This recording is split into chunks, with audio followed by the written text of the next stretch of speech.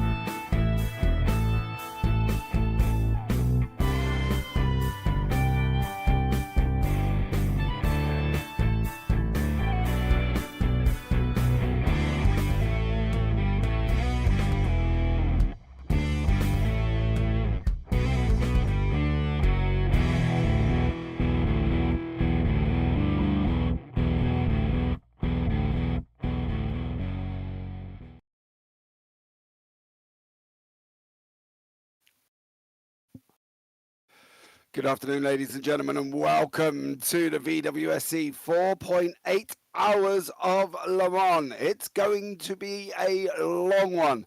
We have teams, we have solo drivers, we've got it all, but we've only got 22 teams out on the racetrack at this moment in time. I'm James Parker, going to be joined by Edward Hunter, who's going to come along for the ride, and Mr. Paul Glover, of course, will be in the booth, as well as Ross Smith at some point, I'm sure.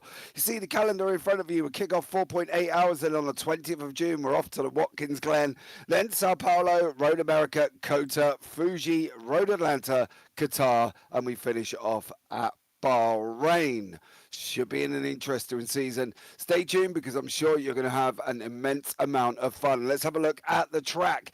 It's Le Mans, 13.62 kilometers in length, 8.47 miles, and built in 1923. You can see we've got the custom orange zone, goes all the way around to coming out of Tetra Rouge before we go down the Mulsanne Straight, and then it's going to be full racing. The guys are going to be able to do what they want after that. Let's have a look at the keys to the race, or should we say the special LM notes. So let's go keys to the race first. Timing on pit stops and passes, always going to be a thing. Minimize mistakes and maximize consistency, and survive the night. Fuel is 1x. GTs will be able to go to 60 to 70 minutes, 4 stops. Hypercars 40 to 48. They're going to run 6 to 7 stops. They've got medium, hard, and wets, where the GT3s has just got medium and wets. Let's have a look at the special LM notes, if they are in. Prior to the race penalties to be served, solo drivers must serve a drive-through. Team drivers all in one car. Minimum drive time 2 to 30% or free at 20%. So they can only drive for an hour. Minimum 1 series driver in each car. Qualifying driver must start, and points awarded to all teammates. So that's how it will be through this race. Let's kick in with the scores on the doors at the moment. Let's start it off with the Hypercar Pros. Ben Kesby leading the way on 98 points. Tom Lane on 96 points behind him. Then Magnus Dolgren, Johnny Gutierrez, Timon Suvic, Troy Uyan, Ege Karabasak, Bradley Sellers, Michael Lock, and Wouter de Bruin, and everybody else down to 11 to 25. In the teams, it's British Turkish Racing Ferrari out in front on 147 points. Then you've got SKS, Bad Day Racing, Team Rookie Monsters, Malpractice, Craven Racing, Apex, and CMS behind that one. In the Hypercar AMS, at this moment in time, it's George Angelidis leading the way on 83 points, with Jerry Chen on 80. John Mayer on 55, then Steve Bice on 51, Vinicius Concalves on 51. Then you got Matt Bice, Zachary Chavot, Eric Monet, Mike Bice, Norm Graff, and Dean Clark. Maya Schenk Racing is leading the teams, only 6 points ahead of Akuri Mistral, with Trash Panda not so far behind him. Then you got Crazy Squirrels Racing Cadillac behind that in fourth. Going into the LMGT3 Pros, it's Dan Kirby leading the way on 98 points with JT Tammy on 89. Then a big gap to William Snowden, Alan Holden, David John Uyan, Simon Kingsbury, Senny Stoffermel, Alexander Schultz, Alexander McQuarrie, Daniel Fawler and Brian Van Buscombe. CMS Pro Porsche, Dan Kirby, John Uyan leading the way, not a surprise. Miles ahead of Boyd Transport, then Luxury Lexus, SF Motorsport, and then Initial Free Racing. Let's go into the GT3 AMS. Vasilios Kataranakis leading the way on 79 points with Maximilian Petrovsky on 64. Matty Overton on 57 and Dan Kruger also on 57. Then Stephen Miller, Peter Meyer, Stuart Barge and Christian Dauger. In the teams, Pinnacle Racing are winning, not by a lot though. There is an opportunity for Dark Thunder if they can overturn them. That is the situation. That's the housekeeping done, ladies and gentlemen. Let's have a chat with Mr. Ed Hunter, who's going to come along for the ride for the 4.8 hours. Ed, welcome in, bud. How are you? Good, thanks. It's a pleasure to be here, James. You're really making it stand to realise, it's 4.8 hours. It's not just the usual 2.4 hours. Yeah, it's a long one, isn't it? Yeah, let's I guess be real we'll have to about get it. used to it, though, so plenty of time to acclimate. But yeah, as you say, 22 teams, but quite a lot more drivers. We've got one driver teams, we've got 2 driver teams, and a couple of 3 driver teams as well. So it could all be in terms of those drivers' championship standings that some of the drivers, they're going to have to put the hopes in the hands of their teammates for large chunks of this race and hope that they can stay out of trouble and also keep them in decent positions then. So could be quite a lot of tension then, and it makes every lap all that more a bit important. Absolutely. I think it's going to be a very, very interesting one indeed. We do have Mr. Ross Smith in the booth with us. I don't know if he's free to have a chat. Ross, are you there, dear sir? I am. I'm right here. How are you? I'm good. I'm getting ready for the race today. I'll actually be partaking, so I will be in and out of the booth. Hopefully we'll actually have a guest appearance from George Angelides, who's our race admin and also racing. Maybe it will line up so that way when I step out, he'll be ships in the night and coming in and helping to fill in on some of the on-the-ground, boots-on-the-ground kind of introspection. Yeah, teaming up with Wouter de Bruin in the BMW, Ross. Yeah, his rookie monster teammates were not able to join him for today's race for whatever reason, so he just kind of reached out. We've run together. We've done some historics together, and he's quite a bit faster than me. I don't know why he picked me, but hopefully I won't let him down. Keep the car on the track. Well, let's talk about that, right? Because I've been listening to you a couple of times, Ross, while we've been in the booth, and you've been like, it's really, the back end is really wobbly and it doesn't like sticking. How are you going to get on with that, Ross? Very cautiously, which is going to make me slow. But yeah, I mean, it's the BMW is it's a very quick car in general, particularly through some of the twistier things, but it just feels like it's rather technical. It doesn't like to be abused, and for the type of I guess setup that I'm used to, it's a little bit something to get used to the way that he has it currently set up. So I'm just making all the adjustments I can to firm up the rear end, or at least get it more compliant to where I would like to push it. It really likes to torque out whenever you are on the low end coming out of slow corners and stuff. Of course, this track has a few of those, so got to be careful there and not throw it around too hard. How's that going to play into the hands of everybody in and around you then? Because you're sitting with, you're a long time. You're 4.8 hours on this race circuit. For me and for old people like myself and Paul, we'd have to run to the toilet about 10 times in the middle of it at any point. How is that going to affect you out here today? So, I mean, I'll be in and out of the car. We're going to just be alternating double stints. And he's taking the first stint. He just qualified. He did okay. Qualifying here at Le Mans, it is what it is. I mean, we're going to have a rolling start. Everyone's going to be right together. Hopefully, there won't be too many shenanigans straight off the line, but you just never know who's, got their hair up. But, yeah, by the time I get in there, I'm hoping that everything's sort of strung out a little bit and I can just put laps in, try and stay consistent, and just be there at the end for him. All right, night driving, Ross. Not everybody likes it. Not everybody enjoys it. If you're coming, I find it easier if you're coming from the daytime into the night, so you can still know where your braking points are. If you're hitting just the night time, though, it's always going to be a difficult one during this race, isn't it? That's going to be the problem. 100%. Yeah, especially because this is not the DLC version of the track. So it doesn't have all of those little fine touches that a lot of drivers are accustomed to with some of the DLC, which is also available in LMU. You know, it's the same assets and everything that you have in there. So like some of the corner markers, some of the different features along the side of the track that you'd be used to, they aren't here in the same way. I mean, you still have some of the brake markers and everything going down, but it's quite a bit more limited. And the reason we did that was because we have some new drivers coming in, and they did not have the opportunity to get the DLC prior to it being pulled out of the workshop or the store page. So unfortunately, because of that, we had to come up with a solution that would allow them to be able to race. So the likes of Ben Borman, Don Fryman, they've been working very diligently to try and take some community assets that were already out there and get them so that way they were a little bit up to snuff, so that way they could work for today's race. They did a great job. I know that they both would like to get a lot more done, but you know, we're out of time. We got to put something out there. So this is what we got, and it's working well so far. Shorter grid than normal, Ross, but I'm also noticing that in the spotters guide that we were given earlier on, there's a lot of free driver teams. Mhm. Do you think you could have limited it to 2 and then kind of had more teams so we wouldn't only have 22? Well, we've talked about that, and so the trade-off during the season for VWSC is that you have 3-car teams that are eligible. Only the top 2 scoring cars can earn points for the team's championship. So having 3 cars out there improves your odds of being able to secure the most points possible, even though the third driver isn't scoring. But you know, you get the logic behind that. But you need to be able to have some kind of offset to that. So when it comes to Le Mans, it's like, well, everybody who's on the team has to participate. You got to pile into the same car, otherwise, you know, it's not going to be fair for everyone. So that's where 2-man teams will have a little bit more advantage there because they don't have to have a setup that's going to work the same for everyone. Although I don't know how much that would be a detriment, but certainly just having everybody, all 3 drivers piled into the car, it does make it a little bit more exciting, I guess you could say.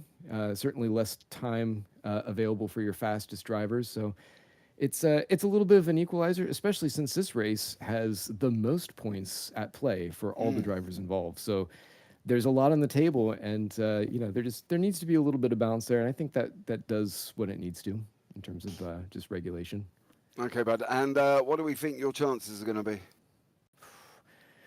With the likes of this field, pretty low. I mean, you can already see we've got a couple AMs up ahead of us here in qualifying, and they've been pretty pacey. Akiri Mistral, if I can talk, with Jerry Chen and Eric Moynet, and then you've got George Angelidis and Zach Chavot, who they both work at HRC, which is kind of funny. They're both in the car together. But yeah, they're fast. Both of those cars are very quick around here. The BMW, like I said, it's not a great track for it, so we're just going to kind of try and hold pace. I have a lot of faith that Valtteri will be up there, but I mean, you've got really great teams up ahead of us. SKS Motorsport with Magnus and Timon Suvic. You know, you've got Tom Lane's up there. He's running solo. Apex Motorsport absolutely is going to be fast. Alan Smith is also running solo in the Craven Racing, I believe, unless he managed to grab somebody last minute. And Ben Kesby. I mean, all those guys, I mean, they're at the top of the queue for a very good reason. I guess I'm more curious to see what Luciano Ichazo is able to do. He's typically pretty fast, but he's just not up there today. I'm not sure why. Yeah, I sort of sit back and think, you've obviously teamed up with Wouter and they've chucked you in pros, right? How is that being distinguished, Ross? Because I'm trying to not be detrimental, but are you a pro driver, do you think? No. Okay, so how did that come about then? How did you end up in the pros when you could have been in the AMs? Because he asked me before Vasilis, who was also looking for a co-driver for today, but I believe that he's actually teamed up with Eric Jacobs, so who's in there for this race. But yeah, as far as the rankings go, an AM can run in a pro team car. but a pro cannot run in an AM team car. You can't go down a level and basically be a heavyweight for this race. We've had some situations where drivers who are allowed to come from outside of the championship, as long as they are driving with a full-time driver, which is defined as somebody who's already had a championship race, in like a regular season race, at least once before Le Mans. So you can have that, and we've had some instances where some drivers who are on AM teams had a heavyweight who was not quite properly ranked come in, and we've had to sort that out. So we've been a little bit more selective with the way that drivers have to qualify themselves into the championship to show whether they actually do, like if they're properly ranked for the team that they're joining in. But yeah, as far as going up and joining Valtteri, there's no issue there. It's just his team is going to be slower for it. That's all. Confidence, Ross Smith. Confidence. And what do you see? I'm confident I'll be Ross? slower. Yeah, I know you're confident. How is this going to work? Are you then in a state as a team where you are heavily relying on Wouter, or you sitting back thinking, no, do you know what? I'll give it a go and see where we end up. I mean, I have no stake really in the championship. Like I said before, Valtteri and I have been on the same team in some seasons past, so we've got a cordial relationship. I want to do everything I can to help him, but I mean, I haven't really had a lot of time to be able to really get the chops for the track. I know that other teams, they've put a lot of practice in. It's the reason why you see the Jerry Chens and George Angelides is up there, even faster than Valtteri right now. But yeah, I'm just going to try and keep it steady. And I know that once he gets in a rhythm, he'll be rather quick, so he'll be able to put some good laps in and probably be up there, towards the back of the field. And I'm sure that there are going to be some spicy moments with some of those other drivers. And he does, I mean, we've worked out some race strategy as far as what we can do to optimize our chances, at least with what we have. So there's a little bit more beyond the pace notes that's going on. So, we'll do our best, but we'd have to have a lot of things go our way to have a really good shot at scoring up there, like say on the podium or something. I love the way you say optimize the strategy. Is that to carry Ross Smith? Well, it's to get the car to the finish primarily, but also to try and do it, yes, to make sure that he's not handicapped as much as he could be. Okay, friend. All right. Well, hopefully, Ross, it should be a good one, and we'll sit back and enjoy it, I'm sure. Tyres today, Ross, how important do we think they're going to be? There is a mix of strategies. I can see at the moment, looking at the live timing, you've got Ben Kesby on hards and mediums, you've got Alan Smith on hards, and the rest of the field seems to be on mediums. But how do you think that's going to affect things? Well, I'm not surprised by Kesby. I mean, he's, in fact, I would expect almost Tom Lane to also throw some hards there on, say, the fronts or something. Being all-wheel drive cars, they do tend to push the fronts more, especially the way those guys drive them. So if they're trying to double, triple, quadruple stint their tires, then yeah, they would probably want to go for a compound that's going to last. But if you're looking at the temperatures, we're only 19 for the air temp, which is, for Le Mans, not a whole lot. It's pretty moderate. The track is a bit warm at 43, so I mean, it's kind of at that point where you could consider it. But I mean, if it's not really getting any hotter, I would think mediums would be where you want to go, unless you just have a very aggressive setup that's eating one end of the car a lot more than the other. Okay, well, we'll see how you get on, Ross. Looking forward to seeing you in the car. We'll keep you in the booth for now as well. And moving on with this one, Ed, it's going to be an interesting one. I think we're going to see a mix of strategies. We're going to see a mix of tyres, mix of pit stops. We're going to see it all, aren't we, surely? Yeah, this first stint's going to be a little unusual because we've got all the one-car team drivers that are going to have to basically come in more or less immediately. So even if someone like Tom Lane, third on the grid at the start of the race, he will have to come in immediately, and he'll sort of be kind of on the back foot until all the strategies start to play out a couple hours in, essentially. So yeah, these first couple of stints are more going to be about staying out of trouble, I think, more than anything else. The actual order is going to be, it might swap back and forth in a couple of classes, and it will sort of even out as we go, I imagine. But yeah, certainly if you can get an early advantage, it can be helpful. But yeah, it's going to then certainly come down to fuel and keeping the tires alive at the end of these stints, as well as just being consistent and not making huge mistakes. And as we've seen in the past in rounds like Spa and even before earlier this season, one mistake can really change the trajectory of your race quite drastically. So to be avoided if you can. Yeah, absolutely. We'll give you a rundown on the one-car team now, guys, as well. In the Hypercar Pros, we've got Tom Lane in the Ferrari 499. He's on his own. In the Hypercar AMS, it's the Vinicius Goncalves. He's in the Aston Martin Valkyrie, so look for them two to come in straight away. In the GT3s, in the Lamborghini, it's Alan Holden. He's sitting solo, as well as Yuki Takanashi in the Porsche. So we're going to have a couple of GT3s pros diving in. In the AMS, it's just Peter Meyer in the Lexus RCF. He's the only one who's going to have to do a drive-through. So we're going to have a total of about 5 cars diving in pit lane to do a drive-through. This is obviously to compensate the fact that they haven't got driver swaps and the time swapping over and all the other fancy jazz that goes with RF2. But I think overall, Ed, as you say, it should eventually balance it out, doesn't it? They're not going to sit back and have a complete, what's the word I'm looking for? Like a complete handicap throughout the whole race. No, the only problem is having to do the slip so early on means they're going to either they'll be stuck in the middle of the pack or they'll catch up to the back of it and they'll have to do some moves, which could be great for us, but it does lead to sort of potential risks that a lot of these drivers are sitting down at the beginning of a long race could have done without. But of course, those are the rules. If you're doing it on your own, you've got to serve that 30-second stop, and you've got the pace to recover from it. But of course, overtaking it, there are a lot of places at Circuit itself where you can overtake. The Mulsanne Straight being a prime example, but of course depends how they've set these cars up as well, because at the Porsche curves you need a quite responsive front end there to make it through some of those faster corners then. So it'll be interesting. Certainly I expect we'll see a lot of battling in the GT3s, and maybe the hypercars will have to play a bit more strategic.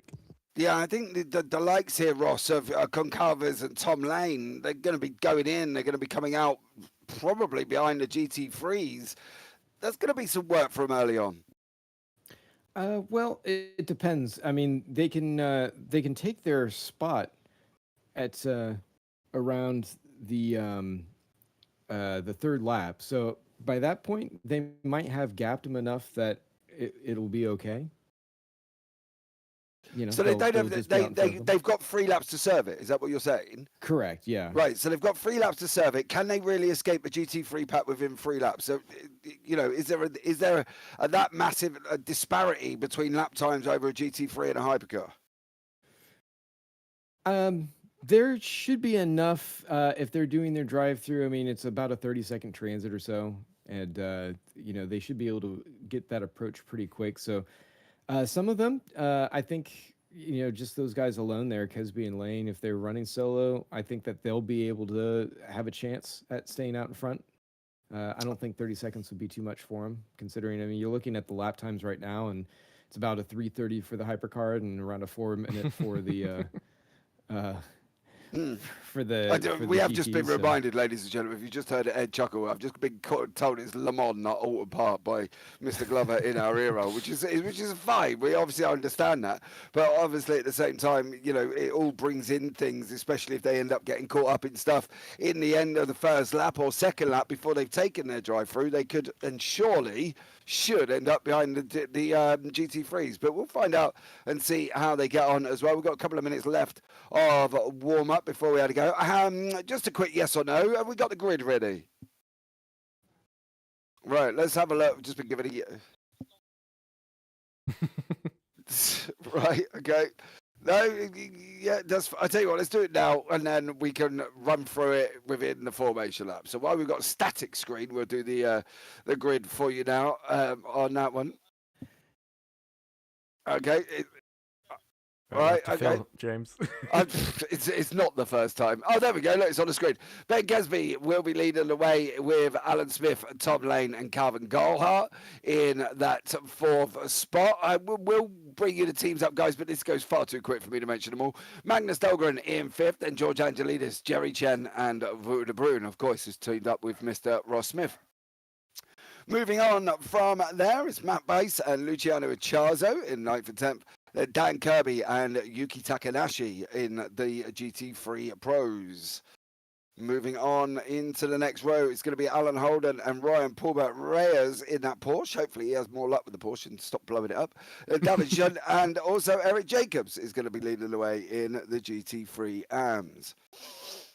Moving on, Matty Overton, Maximilian Petrafsky, Stephen Miller and Vinicius Concalves down at the back end. It's going to be very interesting to see with Peter Meyer rounding out the field, of course. Moving on now, that was the grid. We are going to be getting up and running hopefully very, very shortly. So see how they get on. Ed, can you do 4.8 hours on your own?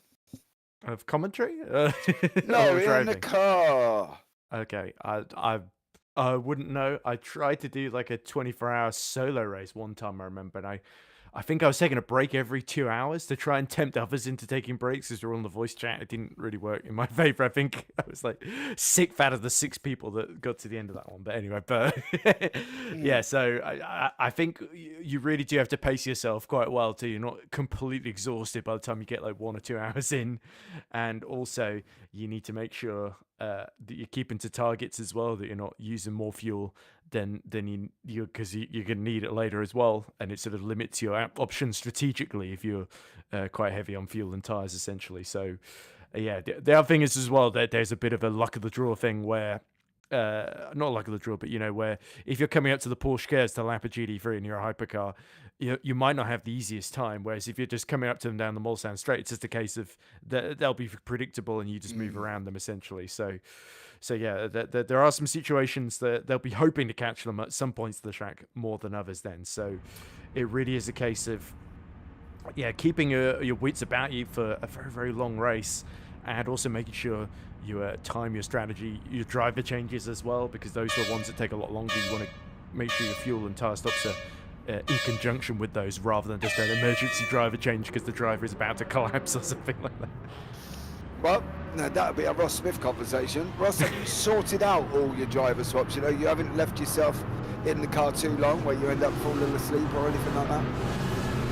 Well, hopefully falling asleep isn't part of the equation, but there are certainly times if you're going around here, it's easy to forget where you are on the straights. So that's certainly something that you don't want to have happen as things are going along, because particularly like on the Mulsanne, if you forget which chicane you happen to be at and which side of the road you need to be taking a corner, or when you miss your braking point or something, you could end up in a tire wall pretty suddenly. So that can end a pretty good race or a decent one at any point in time.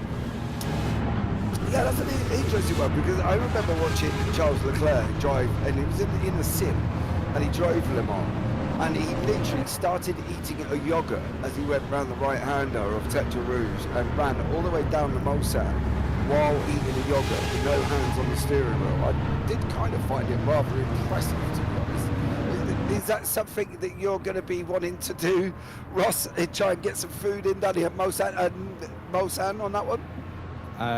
Probably not. I'm typically not even thinking about much food or beverage in the middle of the races, so I'm trying not to. I mean, if the wife pops up and offers an eclair or something, I mean, I'm probably not going to say no, but it's just one of those things where if you get locked in and you're focused and you keep going, that you just kind of keep at it. You don't think about it, and hopefully it's the same thing with any kind of bathroom breaks necessary. You just forget that you have a bladder, and you just kind of keep going. Yeah, but as long as it's just the number one, you know what I mean? You really don't want the other thing, because that'd just be horrendous. On that one, we've got a very, very long pace lap, so we'll carry on just waffling along at this moment in time until we can get the race up and running. Ed, we think, I don't know if I can do 4.8 hours, right? I wouldn't be able to. I could barely do about 2. My attention span is like a goldfish when it comes to things like this. And I just think some of the independents, Tom Lane and Concalves and Alan Holden, they've got a tougher race, surely. Yeah, I think it depends how you look at it, because obviously they haven't had to compromise the setup. So they've only had to set up the car for one driver, which is a bit of a bonus, because it sort of basically business as usual in that respect. But as you say, it's 4.8 hours. They've got to.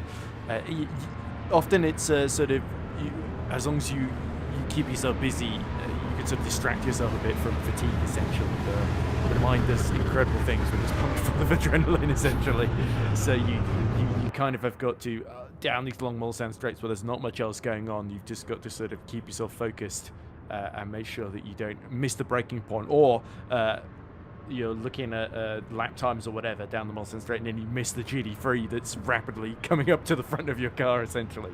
So yeah, the fatigue will be a real thing the further we get into this race, and it's just a case of obviously they'll get the pit stops themselves where the one car drive teams can at least have their driver take a break then, but even then that's only for like 30-40 seconds essentially for most of these stops, unless they're repairing damage, of course, which could be a factor as well in this race if somebody does have a huge accident. Of course, we wouldn't wish that on anyone, but yeah, I think it is just a case of the further you get, the more the fatigue is going to be an issue, and you've just got to make sure either you've got someone in the ears just sort of talking to you that can help you stay focused. Whereas if you're completely on your own, well, I mean, we've got that, but we're not in the car, so we Paul.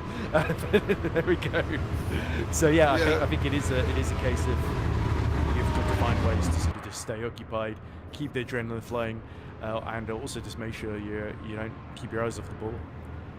Well, it's going to be an interesting one anyway, because I certainly could be doing this, and as I say, I think 2 hours would be my limit on that one. So good luck to all of the solo drivers that are going to be out there, ladies and gentlemen. Don't forget, if you are here, Apex is in YouTube chat as well. I'm not quite sure why the 3 exclamation marks, but thanks very much for joining us. Let us know who you're rooting for, who you're cheering on, and let us know who your drivers are. If you're not in the car, you know, you can come and have a chat with us in the booth if you want. Just hop in the waiting room, and you know, we have got 4.8 hours to fill. One of the things I'm noticing here, Ed, as well, unless the GT3s are all of a sudden going to drop back, they're not very far away from the hypercars. Well, they've heard that some of the hypercars have got those one-car driver penalties, so they want to make sure they take advantage and at least get ahead of them temporarily. But yeah, I think it's also just a case of if you don't want to drop too far back, because then you don't want to just be completely on your own with a load of GT3s behind you. If you're Dan Kirby in this sort of situation, you can effectively, in a way, dictate the pace, although he's kept about a good 10-12 car lengths behind Goncalves, who of course is in the back of the hypercar field in 12th position overall in the race then. So yeah, it'll be interesting because Kirby knows Takanashi has got to come in as a one-car driver. And Holder. And Holder. So yeah, well, so it's direct competition at the row behind him, and basically going to be at least behind them on the road in this first stint, no matter what, essentially, unless Kirby has to come in for an unscheduled stop himself, as we say. So yeah, it's grass. It's just just kind of stops beyond the field of view. But no mind. I'm not quite sure what's going on there as well.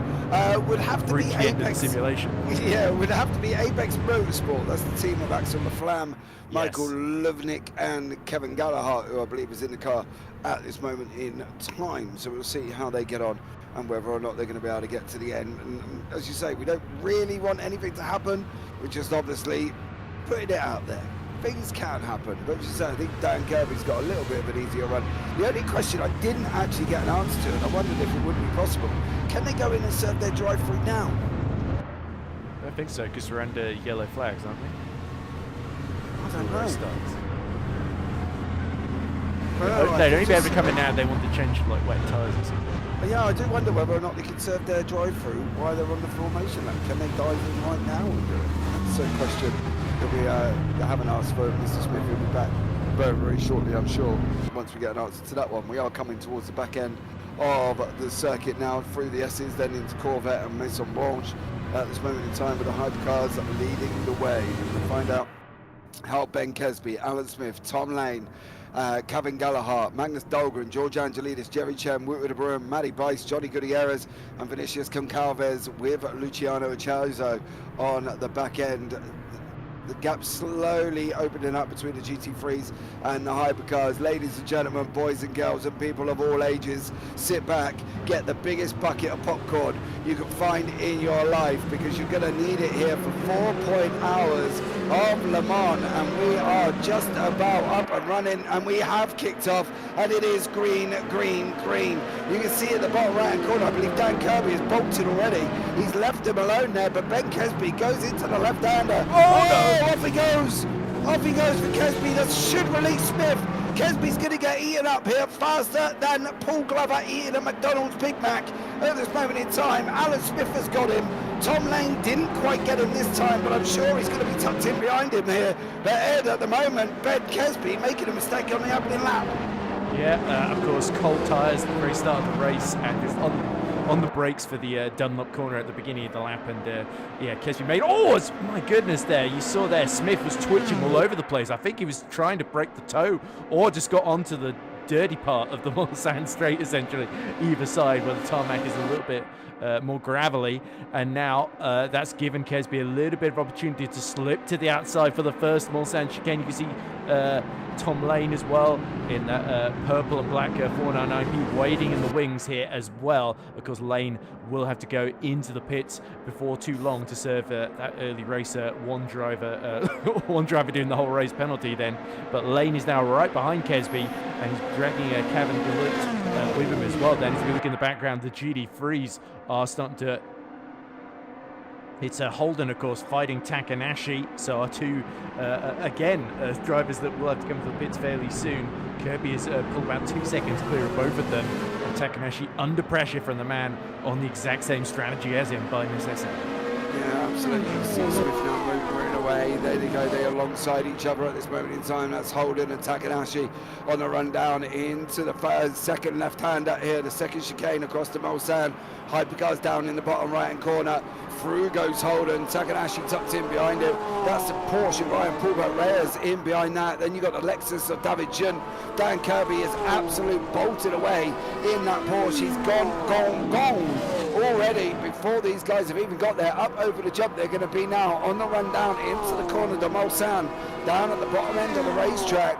Hypercars still in the bottom right hand corner as well, still led by Alan Smith. Smith opening up a bit of a gap here, Ed. That's quite interesting to see, especially with Kesby and Lane. And Lane, as we know, has got to go into the drive-through. Indeed he does, but of course for Tom Lane you want to make sure he's gets as much progress in this particular mini stint, though it may be, before long. In fact, I've seen Tom Lane drop down the timing screen. I'm not sure if that's a glitch or not, as now we see the two Porsches. This is Takanashi under attack by Ryan Paulbert Reyes in the 22 car, so Paulbert Reyes on the inside. Tom Lane has gone off track, so not a great start to his race, but Paulbert Reyes on the run into Indianapolis is ahead then of Takanashi. Takanashi's looking like he's dropping like a stone into the clutches of David Yunt's Lexus. Yeah, probably wouldn't be a good idea for Takanashi to be doing that. I would have tried to stay in front as long Maybe he's not as got we the can. straight line speed. Well, this is also true. Smith on them hard tyres. Kesby on the hard on the front, medium on the rears. Then Kevin Gallagher in behind that. Dahlgren, Gutierrez, De Bruyne, Ichazo and Lane. We saw Lane. We're trying to have a look back and see if we can catch where Lane went off track, but he dropped all the way to the bottom end of the hypercar field. In through the final corners now, in through Ford. Now it's a run down up that straightaway again, in through the right hander of Dunlop. Then it's coming into the left right again, and once more Alan Smith leads the way, 3:34 in the lap time.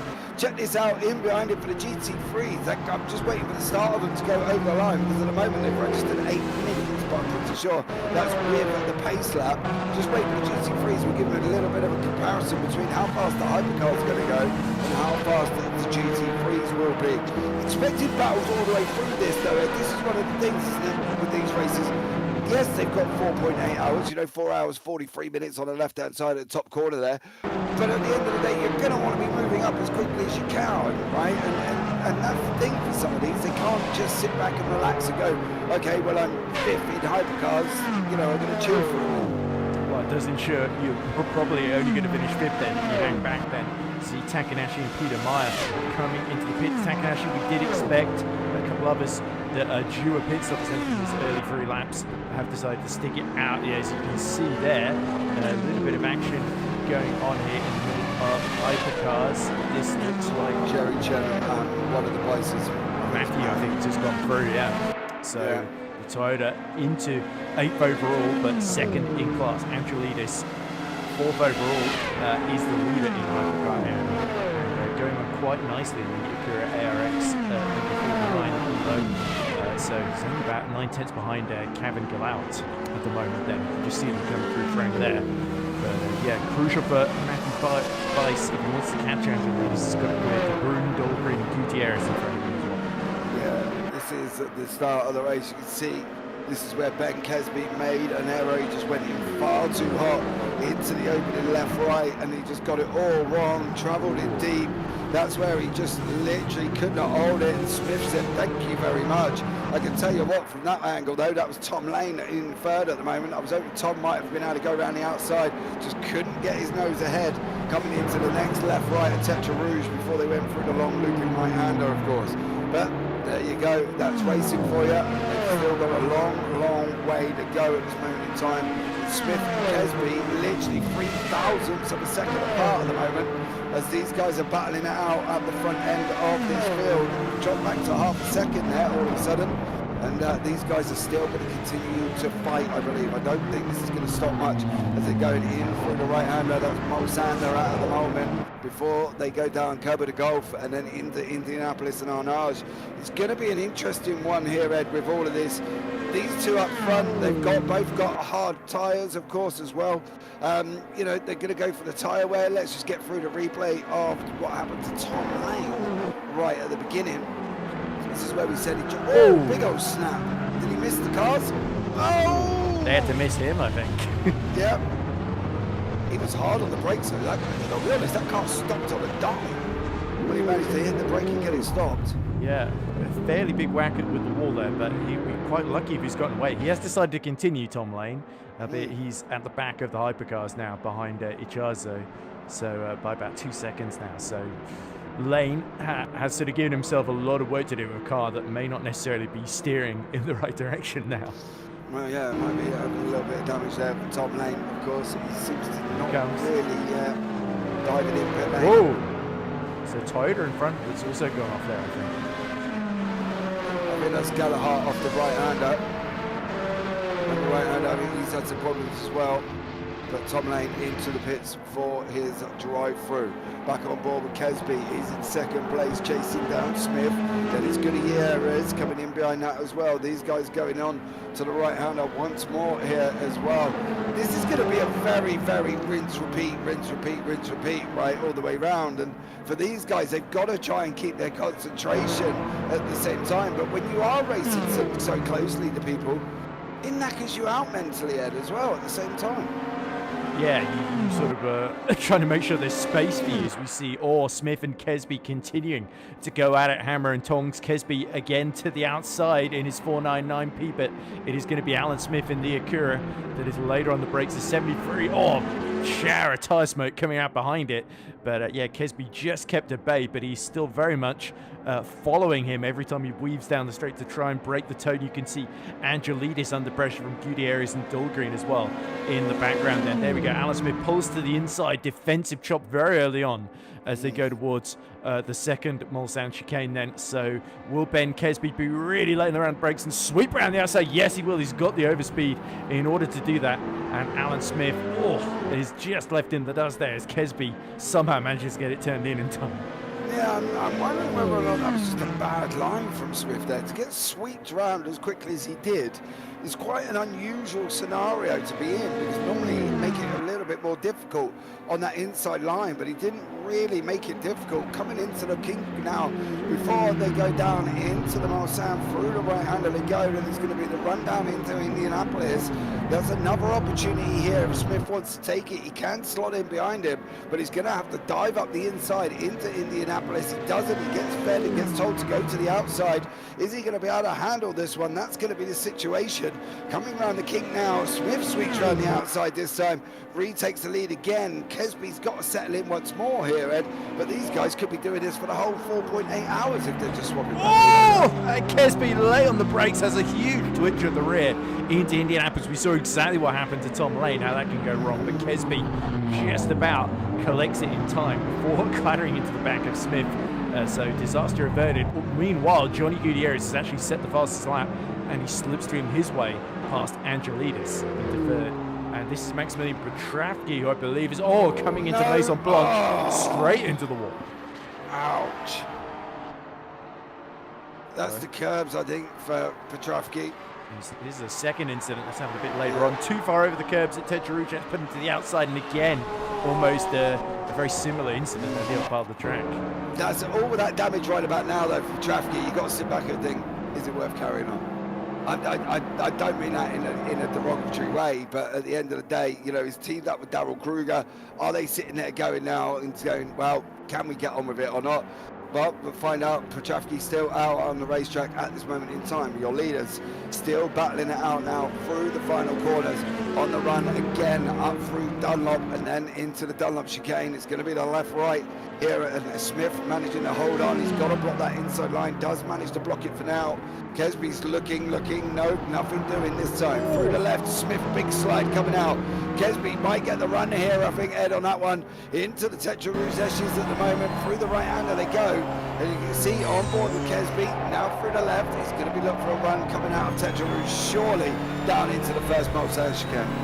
I wonder if Craven Racing have really trimmed out the wings here, because Smith is really quick down the straight, but he's having to really collect it into the corners. And Kesby, of course, pushing him all the way is not ideal as Chazo comes into the pits for his first stop. And I believe Ross Smith is now joining us in the middle of this battle for the lead. And here comes Kesby again to the outside. He's done this a couple of times before now, and Alan Smith we'll have to see it coming. Will Smith decide to go late on the brakes again? Yes, he's sort of almost able to fend off Kesby. Kesby a little bit over the curb, and a bit of a fluff on the side of the track gets pushed into the face of Alan Smith then. So now Smith is chasing into the second Mulsanne chicane. This is where the straight line speed comes in handy. He gets the slipstream, pulls out to the left-hand side, and retakes the lead almost as soon as it was taken off him. He takes it back, and now Kesby will have to think up another plan of attack here, because this is just going to continue to go back. Oh, up the inside! He's sideways! He's off! Oh, Kesby's gone! Oh dear, through goes Gutierrez. Yeah, dodgy rejoin there, and in front of George Angelides. He's not going to be overly impressed by that move, I can tell you that there from Kesby. But he went in, he carried too much speed, the back end slid, and it just kept on sliding.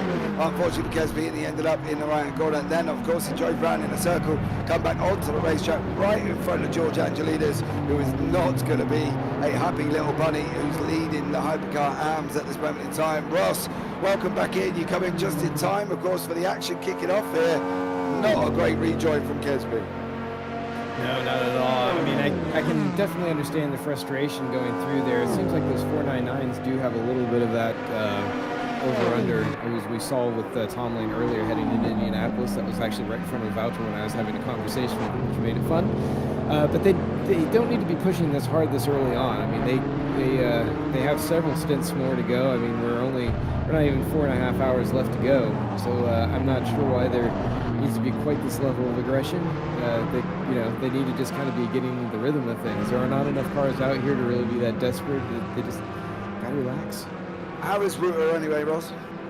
Oh, he's cool as a cucumber, just doing his thing. Right now, he's just kind of driving to a number, getting a feel for the car, trying to hold on to tires as long as he can. There's quite a bit of pressure from Matthew Bice at the moment, because he's just got so much more straight line speed. Let's go replay here. Oh! That was very bizarre. Is that not LaFlamme? It's his teammate, yeah. Looks like Apex. It's Kevin Gallagher, isn't it? I believe it's in. You've got Kevin Gallagher. There's Ben Kesby's spin. Now this is the rejoin we're talking about. He doesn't get it rotated. I think he tries to get it spun 180. George then hits the brakes and slows down. Then he loses that position as well to Magnus Dahlgren. And Kesby was a lucky boy there. I think, to be honest with you, Ed, looking at that replay, he tried to floor the throttle and get the car to rotate 180 on the dime, but unfortunately, it did not look like he tried kind of achieved that one and ended up taking it across the track. Yeah, it's an odd one because he sort of was facing backwards, had to spin, and then went across the track and onto the runoff by the time that Angelidis and Dahlgren appeared on the scene there. So I think he'll argue that he saw a gap and sort of had to go for it, otherwise he would have been waiting for quite a lot more of the hypercar field. But yeah, I think going for that move on Smith in the first place, he was a little bit too far back, and it felt a little bit desperate there. I sort of agree with Ross on this one. Just carried far too much speed there. We'll go to a replay now of on board with George Angelidis when Kesby was there. I think George got distracted. Yeah, he got distracted at the same time there because he then ended up going onto a curb on the right hand side as well. I don't think he quite knew where Kesby was going to get that car rotated there, Ed. I think at the same time he's kind of like, if he's going to be there, I've got to dive here, and unfortunately Kesby was where he needed to be in the middle. Yeah, and if you're in that situation, that incident's just happened. You don't know if Kesby's maybe got a problem or something and is slowing to an absolute halt. So it's a bit of a difficult situation where you've got to make a decision in a split second.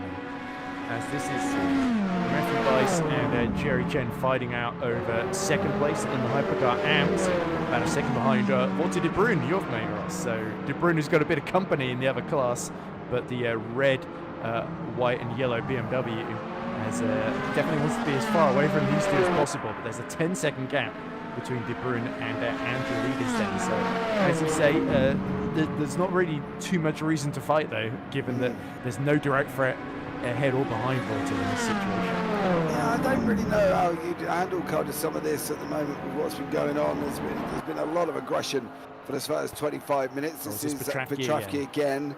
Same corner. Same other corner. Side. Yeah, other side this time. Wow. Maximilian, you got to kind of sit back and think what you're doing. So you hit it on the first time, you went left, then you hit it again, you snap to the right. So stay off the curb, ladies and gentlemen. That is not a good corner to be taking the curbs in. I think this is the thing, Ross, as well, that somebody's got to learn. That's the third time, I believe, Petrafsky's hit the wall. Either way, now going in pit lane. Very car. Yeah, carless crabbing. Can't even get it stopped to get into the pit lane properly. And poor old Maximilian has not had a good time. Him and Darrell Kruger may have to have a discussion there, Ross, and see where they're going to go, because that's going to be some repair time. Certainly a little bit, it looks to me like he doesn't have a very settled car. He hasn't really had a chance to come to grips with it. Something I can certainly sympathize with. So hopefully I'm not doing the same thing once I hop in. But yeah, if you're not comfortable with it, if the car is stepping away from you, it's just going to be a nightmare for the rest of the race. So hopefully he's able to do something to get it under control, but it's not looking good. No, I think he's hit the curb twice coming out the same corner, Ross. Unfortunately, he's destabilised the car there, and that hasn't been good for him at all. It's all kind of settled down across the field now, ladies and gentlemen. At the same time, Jerry Chen, Matty Bice still on the closest, one of the closest battles on the racetrack. Luciano Charzo with Vinicius Calvez there within a second of each other. GT3, Yuki Takanashi is tucked in behind Stephen Miller. He's about 7 tenths back at this moment. So we'll see how these guys can get on going forward here. But this is going to be whether or not Chen and Bice is what Bice is going to be able to do with Wood and Bruin in front. Are we seeing some of these cars get a little bit too close to Woo-Oh? Woo-Oh isn't going to want these guys tucked up behind him. No, it's a distraction he could do without, but even if they do get through, it's not really the end of the world for Walter, especially this early in the race then. So he's sort of got more incentive to let through, maybe even save a bit of fuel in the slipstream if it can come out handy a bit later, because at the moment they are doing the same to him essentially by taking him behind the BMW and deciding to lift and case at the end of some of these straights, which is why you're seeing Matthew Weiss not really able to escape Jerry Chen at the present moment. The other interesting thing that's happening is Johnny Gutierrez is absolutely flying out there.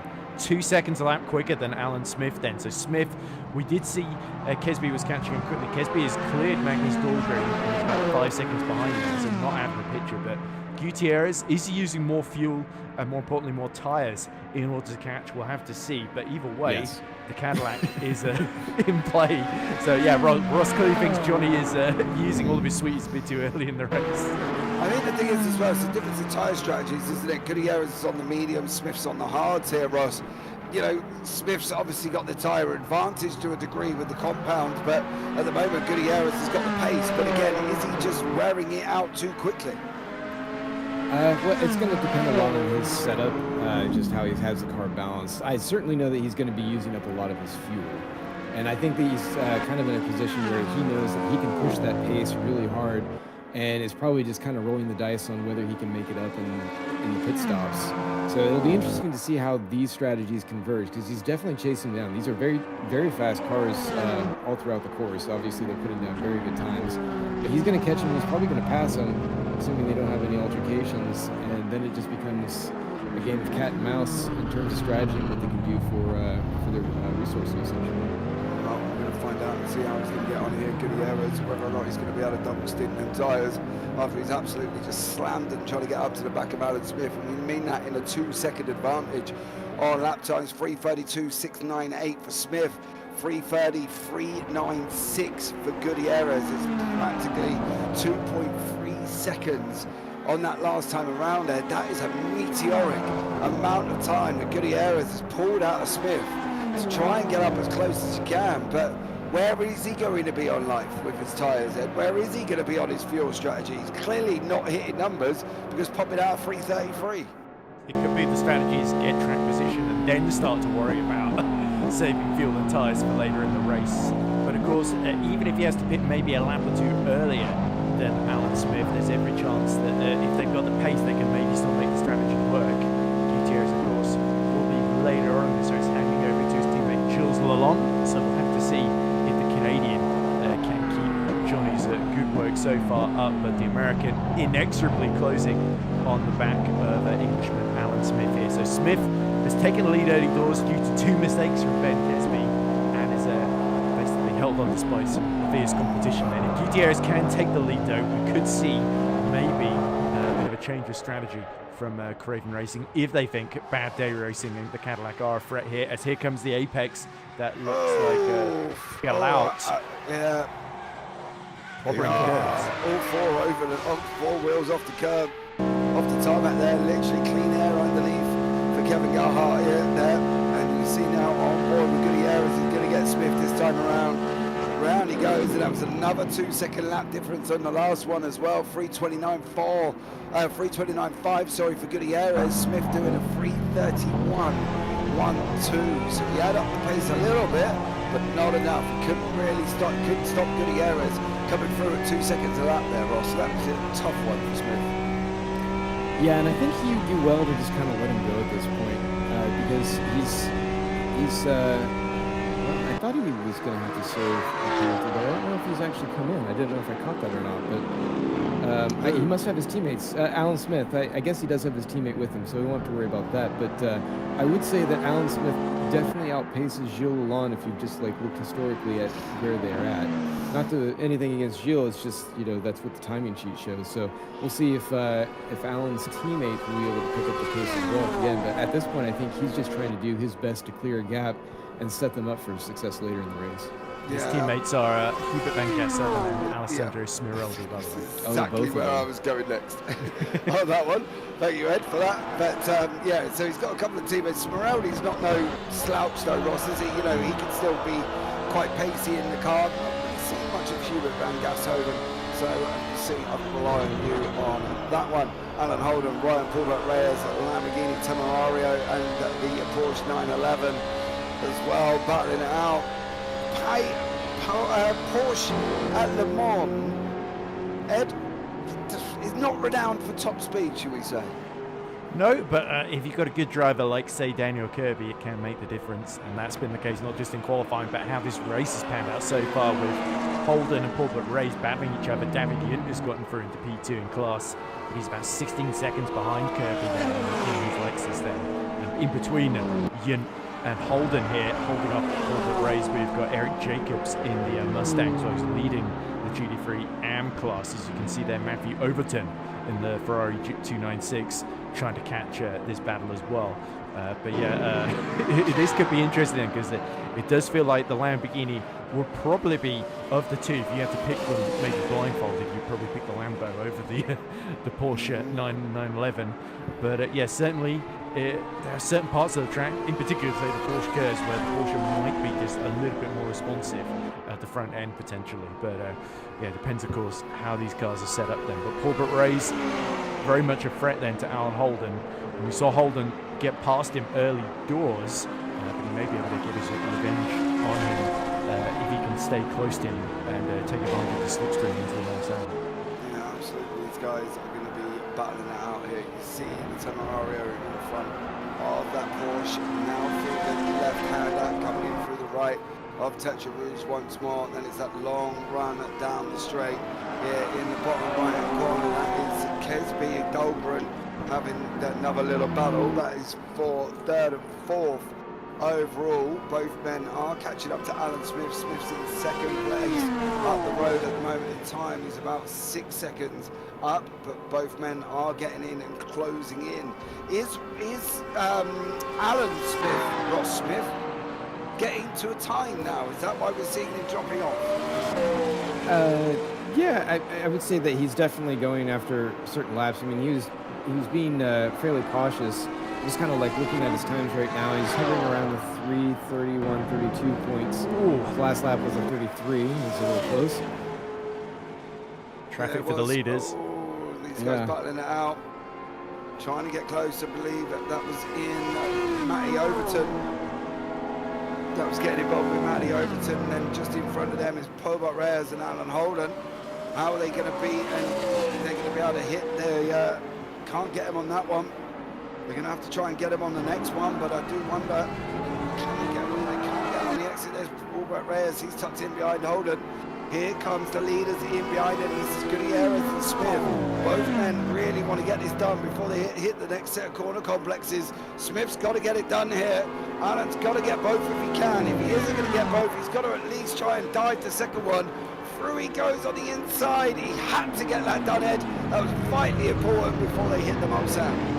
Indeed, and behind Kesby and Dahlgren also battling in the traffic too, I believe. In fact, Kesby's pulled about 2 seconds on Magnus Dahlgren, who's now got George Androlidis right behind him once again. So Kesby's gained about half a second or so in the traffic then. And you can see there he is, just coming out of frame now as Dahlgren laps the 206 of Overton in front of him. Dahlgren there. You've got Androlidis to clear them as well. There is Smith with Gutierrez in through Arnage down there.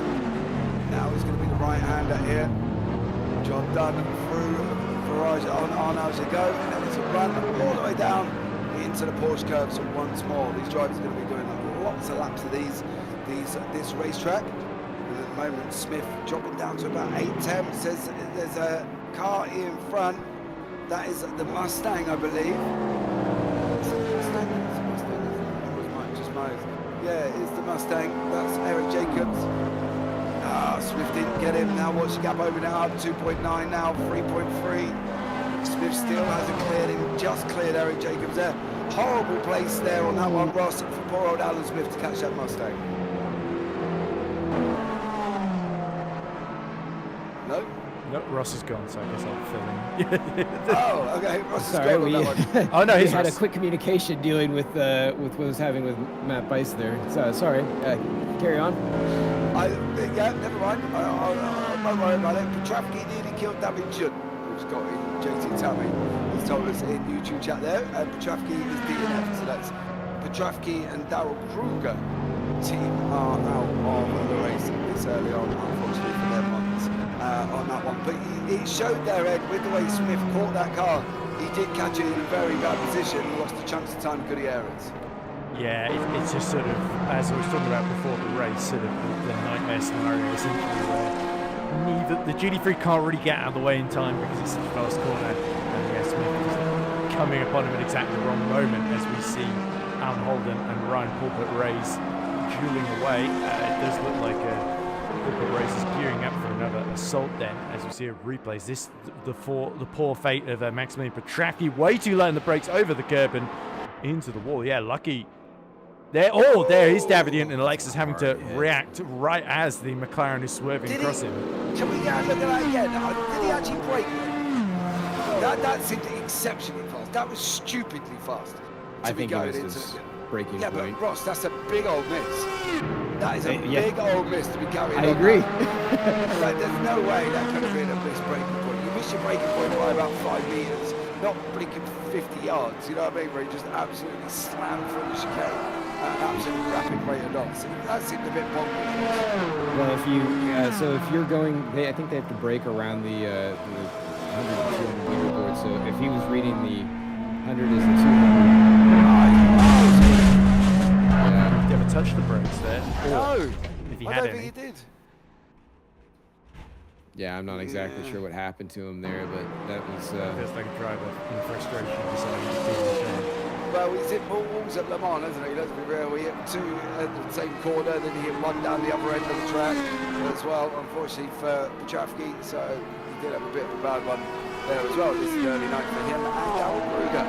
Unfortunately for them boys, as we're sitting here now with Ryan Paulbert Reyes and Alan Holden. Now more hypercars coming in past them on that one. I believe that is Matty Bice and Wood de Bruin. Steady, son, steady. Wait.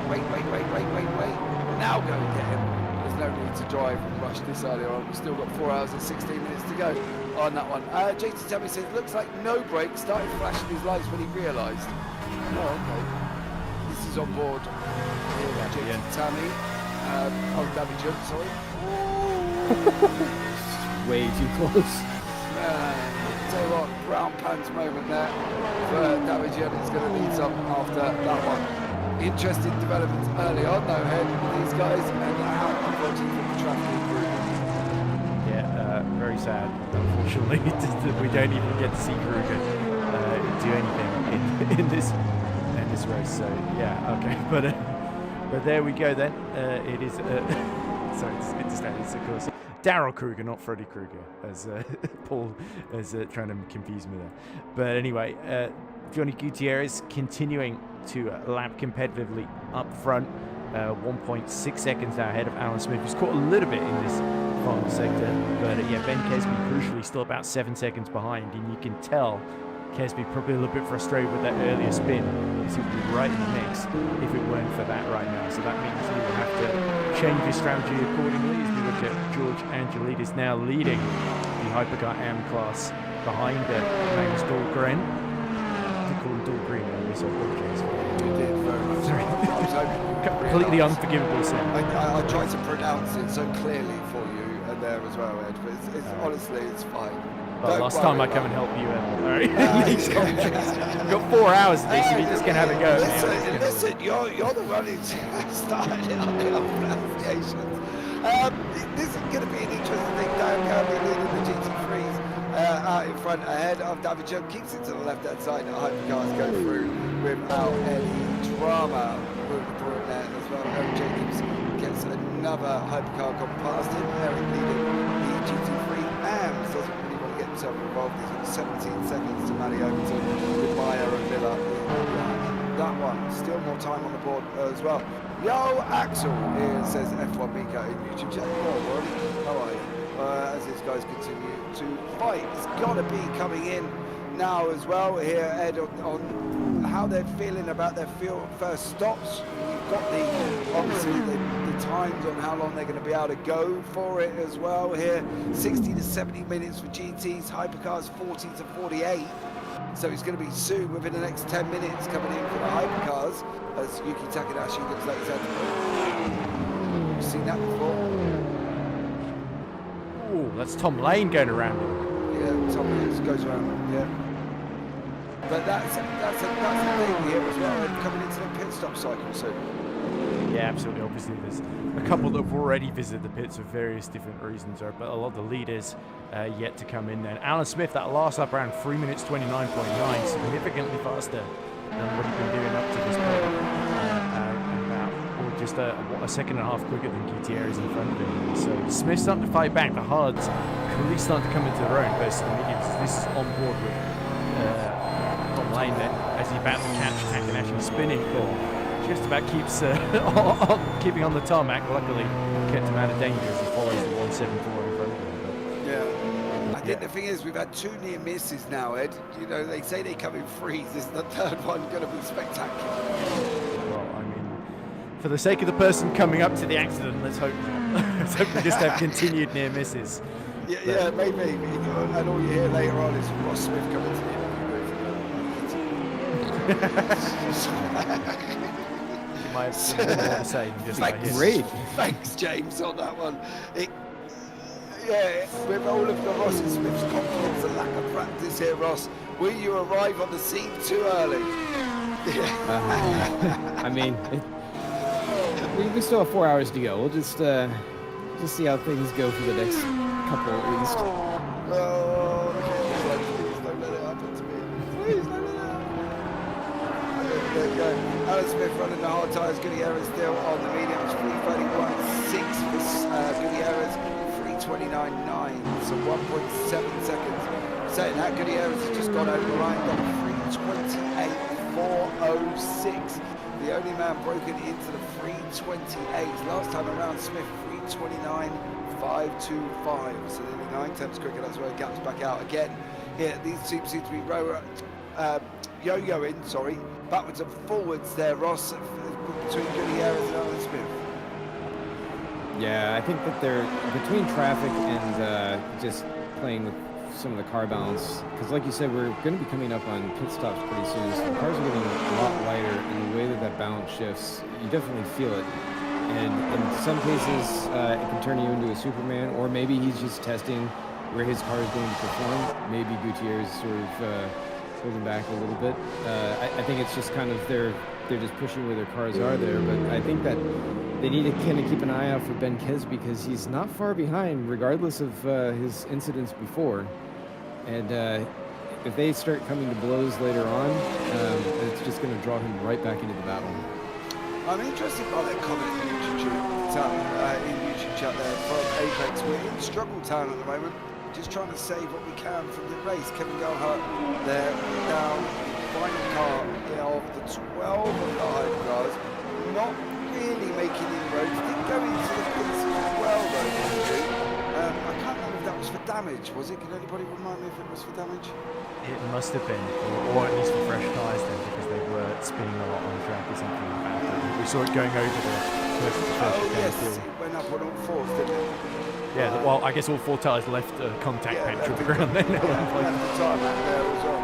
So, let's know why you went into the pit lane there if you can on that one, and tell us what was going on with your machine. Let's say you're more than welcome to jump into the wake up, come and have a good chat for us. Obviously, don't disclose too much, because other teams listen, and we don't want the Le Mans conspiracy here as well.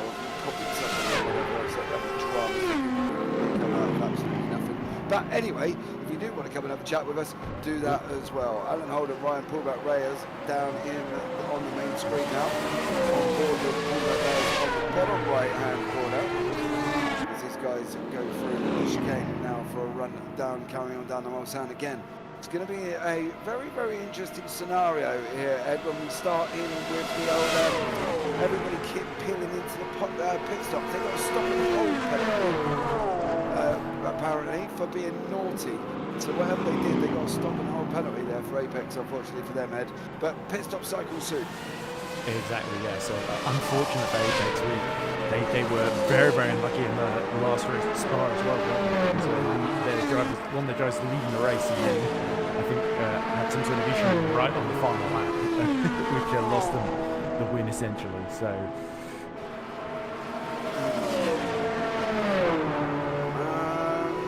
Racing, he is part of the Apex team, isn't he? Yeah, he's not in the car at the moment. He's cabin team. He's not in the car. Let's have a chat with him here as well. Axel, can you hear me? Yeah, I can hear you. Hi. Hi, how are you? Yeah, not too bad. Well, we could be better. We could be in first, I guess. But yeah, you know. what went on? Tell us how the beginning's gone not so well. Yeah, we had a 50-second stop hold at the beginning of the race, so that's why we're all the way back there. And then I think Cavin's been struggling a little bit with balance, so we're finding our way. What was the stop and hold for? I think Kavin had some long upstanding penalties from previous races, so just one of those. I see. I don't think they should appeal in team races. I think they should go into the next single race. I mean, So you're asking I'm on somebody your who's side. biased. Yeah, you're asking someone who's biased. I mean, I agree with you, but you know, that's just my opinion. Oh, that was a little bit harsh. Ross Smith dishing out penalties at the team here. Yeah. What is it, bro? Ross? That's a George thing. That is all his doing. So I can't comment on that. All right, so that's who I need to grill. Sure. I will grill him on that one because I find that a little bit harsh. Yeah? He's in the pits at the moment. If there's single penalties, they should have carried on for the single racing. So watch out, George. Coming for you, darling, on that one. Axel, what's the plan then, son? What do we think? How are you going to get on? Well, I mean, the pace in the car is actually not bad, but we just it's just about saving fuel and trying to go long. I mean, Cavin's doing a good job with the fuel saving at the moment. So yeah, we're just trying to save what we can from this race. A top even 7 would be super awesome. What do you think, realistically, right? Can you do something? You're obviously not got a Ferrari strategist in the booth, right? Because otherwise you're stuck where you are. Let's be real about it. Sure. Can you do anything? Can you move forward in any shape or form? How would you even achieve that from where you are? Well, I mean, you just got to take it stint by stint and lap by lap almost, right? Like we can't really control what happens to the others around us. We can only control our pace. So it's just about being consistent all the time, and then hopefully the race comes to you, you know, with traffic and all of that stuff. Even maybe there's some incidents that we can benefit from. It's just about trying to run your own race at this point. Yeah, I think that's going to be the thing, isn't it, for Kevin at the moment? He's just going to kind of sit there and get his head in the game and turn around and go, okay, this is where I need to be. Are you running to a set time for fuel? We are running to a fuel number, yeah, and Kevin has been exceeding that. So really, he's doing a good job on that side of things. So hold on, he's exceeding it, so he's going too fast. No, I mean exceeding in a good way, like doing better than the fuel target. So for saving fuel. Yes, yeah. He's I going thought long. you meant he's just going too fast. He's going like longer. Nickers to that one. He's like, no, I'm not doing this time. So I'm going. No. He's doing a very good job there. He's going quite long. The Aston is not great for this track. I think it's a bit too draggy. So we knew we were going to struggle a bit anyway. Oh, right. Didn't fancy change your car then? No. I mean we're loyalists. We'll stay loyal to the car, but it's not an ideal track for it, to be fair. When are you next in the car, or when you jump in the car for the first time? Should be at the end of the next stint, I think. So, 40 minutes? yeah, something about that. So yeah, fingers crossed it all goes well. Anyway, thank you guys. Take care, buddy. We'll catch up with you soon. Likewise, take care guys. Right, Maximilian Petrafsky, brake pedal failure, hence he didn't stop. Then we've got a line of anger. Actually want to punch a wall. In his best. Well, his car punched the wall.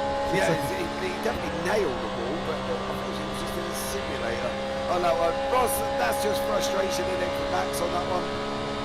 Oh, 100%, James. I mean, like, if anybody who's run a race and had it end for some technical issue, I mean, it's one thing if you throw a race away, like, you're mad at yourself and everything, but when it's just taken from you from, you know, the racing gods, you're beside yourself. Especially, I know he's probably feeling very bad for Daryl because he was not able to get in the car and take over and do his thing or anything like that. So, you know, it's heartbreaking. Yeah, absolutely. Trying to get the car to stop. Couldn't stop at all on that one. George Angelidis now. He swapped with Zachary Chabot. Yeah, Chabot's in the car on that one, so they've got into the pit lane. Lots of things happening at this moment in time. Pit stops going off now. We're in that pit window for the Hypercars. We've got GT3s going to be kicking off. Not just Jesus Christ. on that one. But we'll see how they go on. 4 hours and 3 minutes to go here. Ed, we've still got a long old time and lots of racing to develop. Let's hope so. But anyway, yeah, of course, with I think a couple of drivers have gone into bit. So our number 2 Cadillac, that is Jules Lalonde, who's gotten on board now. That was the car that did, of course, have Gutierrez on board earlier. That has pit from the lead. So Lalonde is still getting his bearings out there. I think it was first lap out of the pits was the 4 minutes 27, because it was like a 3:36, which was the in lap, I think. Previously then, so he's about 7 seconds behind Alan Smith, who's now pit and come out ahead of him, of course having kept the driver the same, so it would have been a quicker stop for the 73 then. So it'll be interesting to see how long Kesby can go then. He's done 14 laps so far in this first stint. How long is he going to stretch this in the 499? He's obviously got that ground to recover, and he might try and make sure he has fresher tyres than his opposition when he comes out the pits then.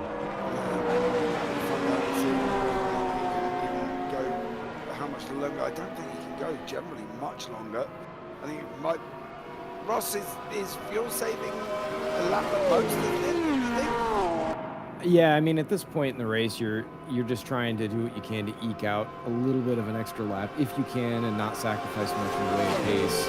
We actually were just running into that when we were trying to hit our numbers, and I think Voucher said that he was going to come up short by about half a liter. So I mean, it's very tight to be able to get that out, but you're talking 3.5 minute laps, 4 minute laps for the GTs. Ooh. Can make a difference. Yeah, And, oh no, Zach is out. He just had a disconnect. Zachary Chavot has just had a DNF disconnected, unfortunately.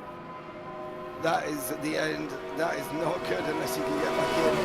But for him, George Angelidis, that is a big old kick in the teeth for them guys. And on that one, Zachary Chavot is gone. 2 DNFs here, and that give me a chance to get George into the booth. I guess that's the bright side, isn't it, from your point of view? Absolutely. George is coming into the booth. Because I do feel that if one driver has got a penalty and they're in a team, if they're in a team for Le Mans, I think the penalty should go out the window. I don't think it should be punished, because you're punishing everybody. I think that should be the situation. Ryan Paul Reyes, Alan Holden, not really making inroads at the moment on each other, as these guys are heading down through the right-hander, down into Mulsanne, then down into Indianapolis. They're kind of playing a very much situation of follow my leader. Eric Jacobs, Matty Overton, Ryan Paul Reyes and Alan Holden. Then it's Hypercars coming into the mix at the same time. It's going to get a little bit scrappy. Eric Jacobs taking that inside line, which is what he was always going to do at that corner. And Ryan Paul Reyes then drops back away from Hypercar on that one. But always a very difficult situation there, Ed, when you've got a faster Hypercar coming out. Yeah, of course. I think Jacobs has gotten past Ryan Paul Reyes, isn't he? And now Paul Reyes is trying to get back, because they're not really in the same class, but this is playing to the advantage of Alan Holden then, who's now about just over a second up the road. As you see, here we go, Ryan Paul Reyes pulls to the inside on the run, approaching the Porsche curves out of Arnard. I think it named a corner after Paul for some reason. But anyway, there goes Ryan Paul Reyes back through then. So the Mustang, as it every time it downshifts, there's plumes of flames coming out of the exhaust pipes either side. So quite spectacular to watch now. Jacobs, of course, still 20 seconds in the lead of the AM class, ahead of Matthew Overton, who's the next closest challenger then. So just having a bit of fun in these early stages, but he wants to make sure that gap is as big as possible, just in case anything unexpected happens as we get further into this race. Meanwhile, Luciano Chazo has got the Toyota in the pits at the moment then. And I think Ben Kesby, who hit the previous lap, has come out third, about 8 seconds behind Jules Lalonde. But you would expect Kesby to be a bit quicker than Jules in this phase of the race then. The words of a Porsche outranked a Mustang. That would be strong. Every single day there's going to be driver swaps going on. Gilles Lalonde is taking over the car from Johnny Gutierrez, and that's his job done. Gutierrez will sit back just a little bit. Smith is still in the car. Dolby is still in the car. Lane, of course, as we know, is on his own, and Jarzo is also on his own. Is he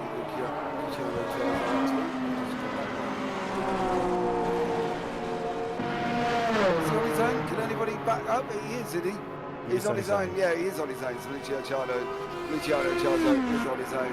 Out on the racetrack at the moment in time. Going to be very, very... seeing how people now get in the handle of swaps here, Ed, and getting the other drivers up to speed. There's always a lot involved in this one. Yeah, it becomes one truly team effort then, because you sort of hand over in the relay race to the other driver. And of course, it's sort of earlier than they'd ideally like, especially the teams that have got 3 drivers. If you hand over 40 minutes into sort of a nearly 5-hour race, then you know it's going to be sort of fairly short stints for each driver. Whereas ideally, you want to maximise those stints, have the driver do maybe 2 stints at a time, so that you're swapping drivers a bit less often, effectively. Even if that puts a little bit more strain on the driver, of course, but you want to save time overall in the race by having a couple of shorter pit stops, essentially. So, of course, it means you've got less fatigue drivers, so there is a benefit to doing it. But yeah, as we see, the Ferrari the Lamborghini, sorry, number 25 of Holden, desperately trying to just get on the power as early as possible and escape pulpit race. Then 2 seconds ahead, having a pulpit race, having to fight against Jacobs.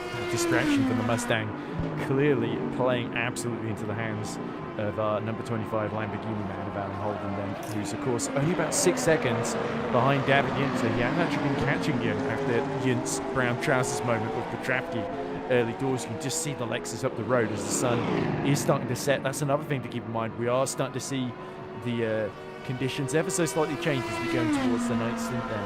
So that can really add a little extra dimension as the lighting changes. Yeah, and everybody's going to complain about not being able to see where the break is. Yeah, that's the thing. That's what I was talking to Ross about earlier on as well, Ed, when I said that the difference between obviously going into daytime and then going from, I don't know, like if you've ever done it, go from daytime into nighttime in the car, or that's easier than coming in during the day and then getting back in the car in the dead of night.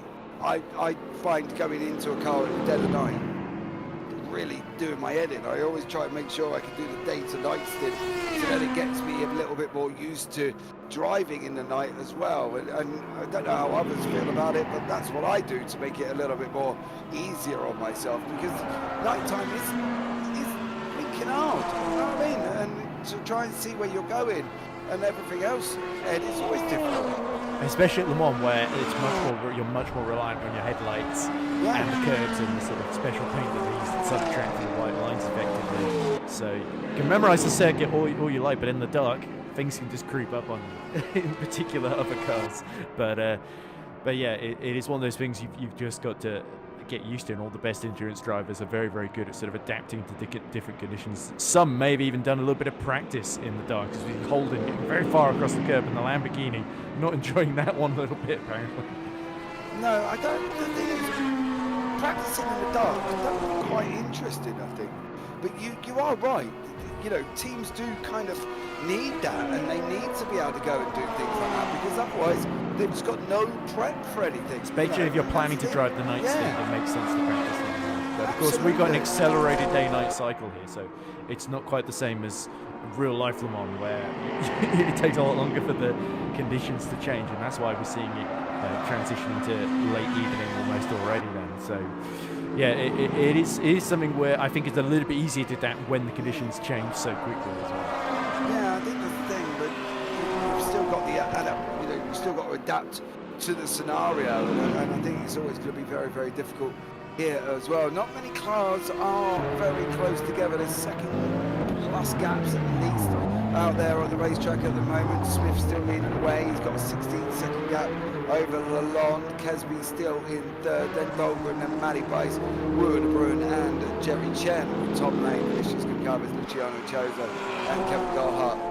Kevin Golhart in 11th. Then we go into GT3. This is Dan Kirby, David Schunt, Alan Holden, Ryan Paulbert, Reyes leading the way in the GT3. Pros and Eric Jacobs, Yuki Takanashi and Matty Overton. You see halfway screen, you see the results halfway through on your screen now. Then Peter Myers, Stephen Miller lost to Zachary Chavot and Maximilian Petravsky here, Ed, which is a shame for them. Petravsky with brake failure, Chavot with a disconnect. Yeah, in both cases, not much either of them could have done. It wasn't going particularly well for the Japanese before that point anyway, but yeah, for Chauveau and Angelique is bitterly disappointing. So we are hearing that all of our GD3s are apparently still on the same lap, which is, despite Kirby having that 27-second lead, is still quite impressive an hour in. And indeed, it's the same with our hypercars. Everyone down to cabin Galau is within 140 seconds, essentially. Yeah, absolutely. So of course, it's a big circuit, so it would be difficult to fall beyond, unless you had several trips to the pit lane, it would be a little bit tricky to fall beyond 3.5 minutes at the moment. Mate, I never ever, I wouldn't, do you know what? This is one of the things I find with sim racing. It's so unpredictable. I would not put it within the realms of possibility of people being outside a lap in hypercars. I wouldn't, just because even though there's... Particularly as we get further in, yes. Yeah, incidents, accidents, tiredness, fatigue, dark, that whole thing. There's just too many variables that can go wrong, as you saw for Zach Chauveau. A disconnect, done. And that was the end of that one. Peter Myers sitting in third in the GT3 AMS at the moment. He's chasing down Matty Overton, who's just up the road. They're half a second apart. They're providing one of the, or if not the closest battle on the race circuit at the moment. And Meyer, of course, had to pit right at the start, the German independent, doing the whole race on his own effectively in that number 16. The Lexus pulls to the inside. Doesn't look like there was much resistance there from Matthew Overton. So Peter Meyer is into second in class then, but of course 25 seconds separate him from Eric Jacobs, the class leader in the number 67 Mustang. Yeah, Mustang still out in front there, so fair play to Jacobs. He's done a great job with that machine, getting in front of the likes of Yuki Takanashi and obviously the seasoned veterans almost of Peter Meyer, Stephen Miller and Matty Overton, because they've been here, well, for as long as I can remember that they've been here at the same time. So, you know, it's going to be very, very interesting, and big props to Eric Jacobs for managing to hold on to that one. And we'll find out what's going to happen with him down in the GT3 field a little bit later on. Everybody else is a little bit further back than they would probably want to be at this moment in time. Ed, is this now the stage of fuel saving and seeing what you can get? For those who pit early, you would expect so, that there's a bit of a compromise to be had here. Jules Hollande is about 1.9 seconds ahead of Ben Kesby, so last lap, yeah, of course, so he pitted 16 laps ago. Hollande, 3 minutes 35.0 that last lap. Ben Kesby, 3 minutes 32.2, so that's nearly 3 seconds faster as Ben Kesby at the moment, who of course stayed out longer than anybody in the hypercar class, bit from the lead then, so... Kesby, he's really hoping to be in a fight with Smith, I think, for the lead when we get to the later stages of this one. But if he gets held up behind Lalonde, who's clearly not quite got the pace that Gutierrez did, then that could be a bit of a problem. And we've got Magnus Dahlgren in the Toyota as well, number 89, slowly reeling them in as well. Sort of matching Kesby's lap times at the moment, rather than going particularly loads quicker than him. So, yeah, Kesby in a bit of a crunch time situation now. He's got to make the move, and he's got to do so cleanly. Absolutely. How is Vuta getting on, Ross? He's doing all right at the moment. We're not on the pace that we would have liked for this race, obviously, just with the BMW. And we heard Axel talking about the advantage of Valkyrie being a bit of a struggle in the straight line. The BMW is probably worse than that. But, you know, he's staying consistent. He hasn't put a foot wrong at the moment. Right now he's sitting in behind Matthew Bice, who's taking over the lead now that Angelides and his teammate are sort of out of it. I just saw some messages pop up saying that they're both trying to get in, and it says both are pending an open session, so I don't think they're going to be able to get back in here today. No, I think that could be the end of George Angelides then. They're both having issues here. Be interested to see how they get on, but we were just doing his thing at the moment, no, Ross, isn't he? And he's quite happy just poogling at the moment. When are you in next in the car? I'll be heading in there in probably about 15 minutes or so. He's got, once he comes in for the end of this stint, which he's about halfway through at the moment, then I'll hop in and I'll take over for the night shift. Ooh, that'd be exciting for you, wouldn't it? Yeah, well, you know, you were saying before that some drivers aren't a fan. I like the night. I haven't done as much on this particular version of the track at night as I'd have liked, but you know, it should be fine. You know, you just kind of put on some synth wave or, you know, some nice easy listening and just sort of turn out the laps. Well, yeah, I can't do that, of course. I can't concentrate and drive at the same time. Yeah, I am the typical man of I can't multitask, so I couldn't have music on. I think one of the questions that we did ask Ross, I've actually completely forgot to ask you. The penalty, the single driver penalties, could they have been taken as Holden is looking to go alongside David Schunt? Yeah, and Holden does get through. David Schunt there, not really putting up too much of a fight in that Lexus, and Alan Holden got the job done. He moves up into second in class now as well. I'm sure Schunt's not going to give this up there, but he didn't look like Ed. He kind of fought it as hard as he probably could have. No, it could be a case again, the Lamborghini something slightly better top end than the Lexus there, but he was being caught for a while, was Yunt. The other thing that's happened is that Kesby has got past Jules Lalonde somewhere earlier on this lap then as well. So, yeah, Lalonde continuing to struggle a little bit out there as Kesby is dipped into the 3-minute 31s. In comes Holden, and in comes Ryan Pulpit-Reyes as well. And I think you were just going to ask a question about whether they could have served the penalty on the formation lap. Yeah. Could the single drivers have served their drive-through on the formation lap? No, they're required to take the They green would have crossed flag. the line, wouldn't they? They need to cross the line and begin the race before they can serve the penalty. I mean, you could drive down the pit road, but it wouldn't count. So you'd basically just be giving up time. They won't look at any laps. As we see, who's that coming in there in that red car?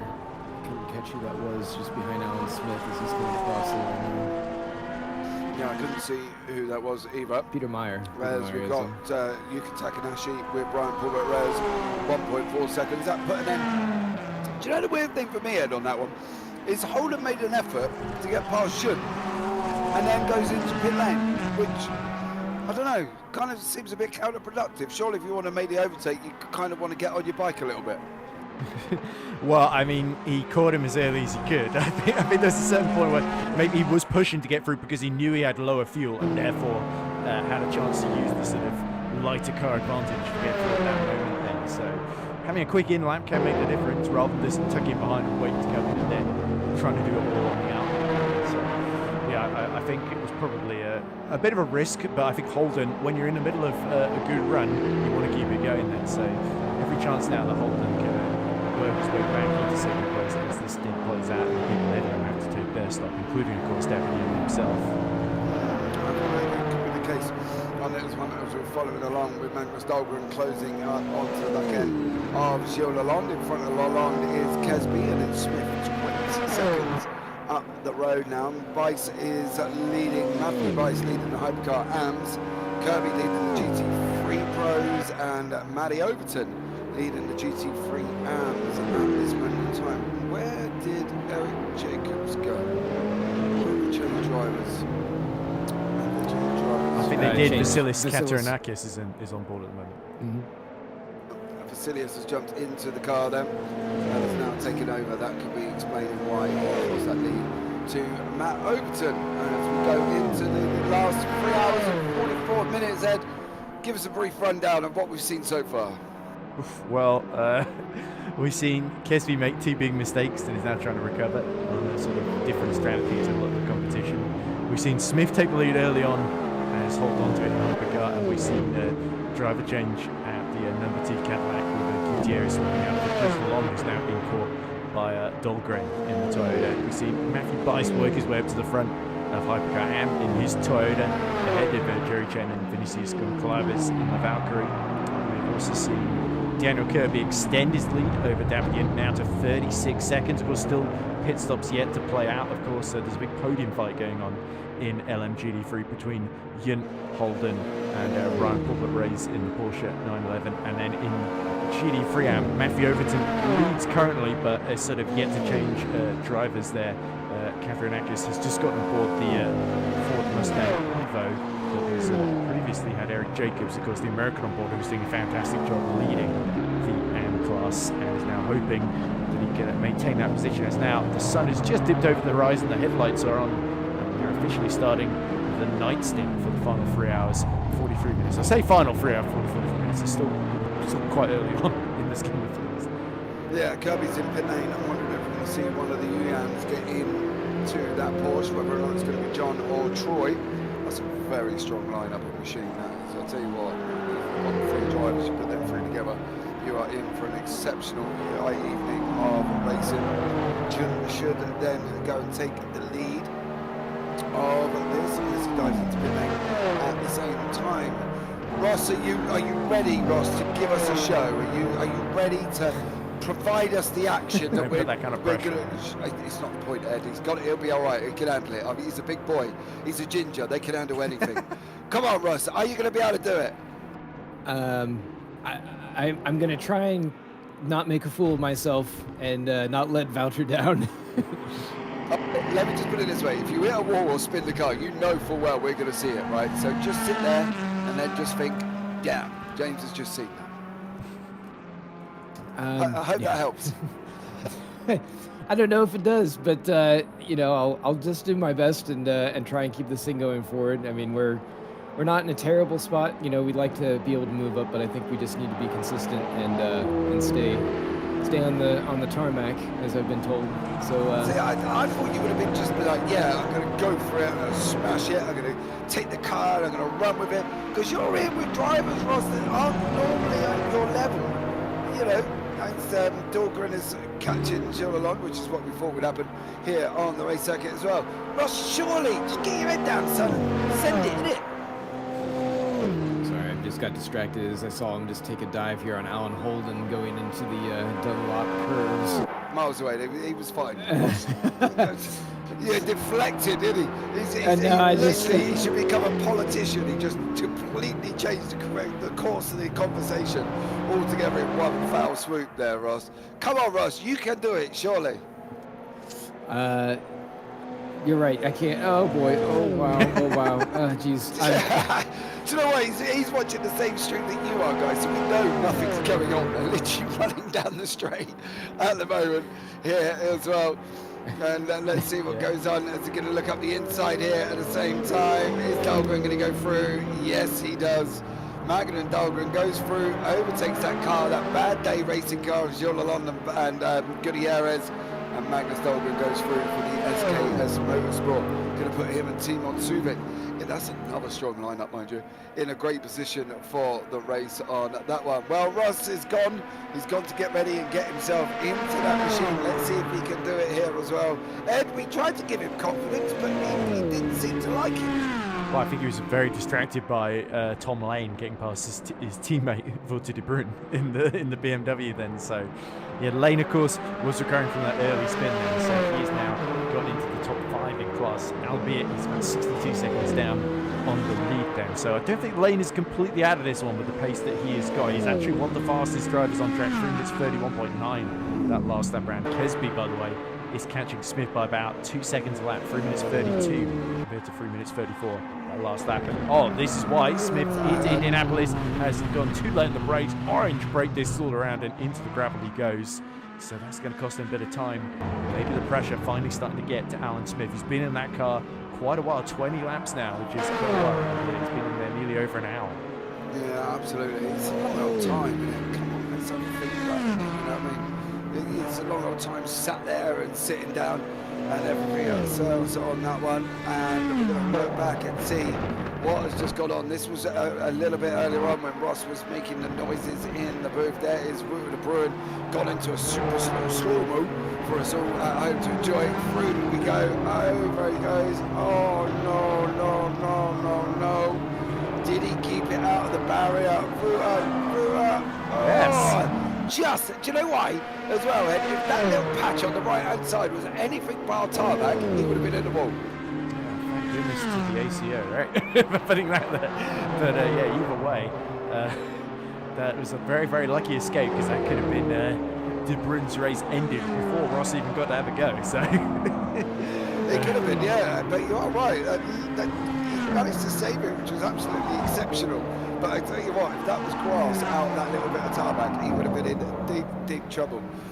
So, let's see, here is the main replay.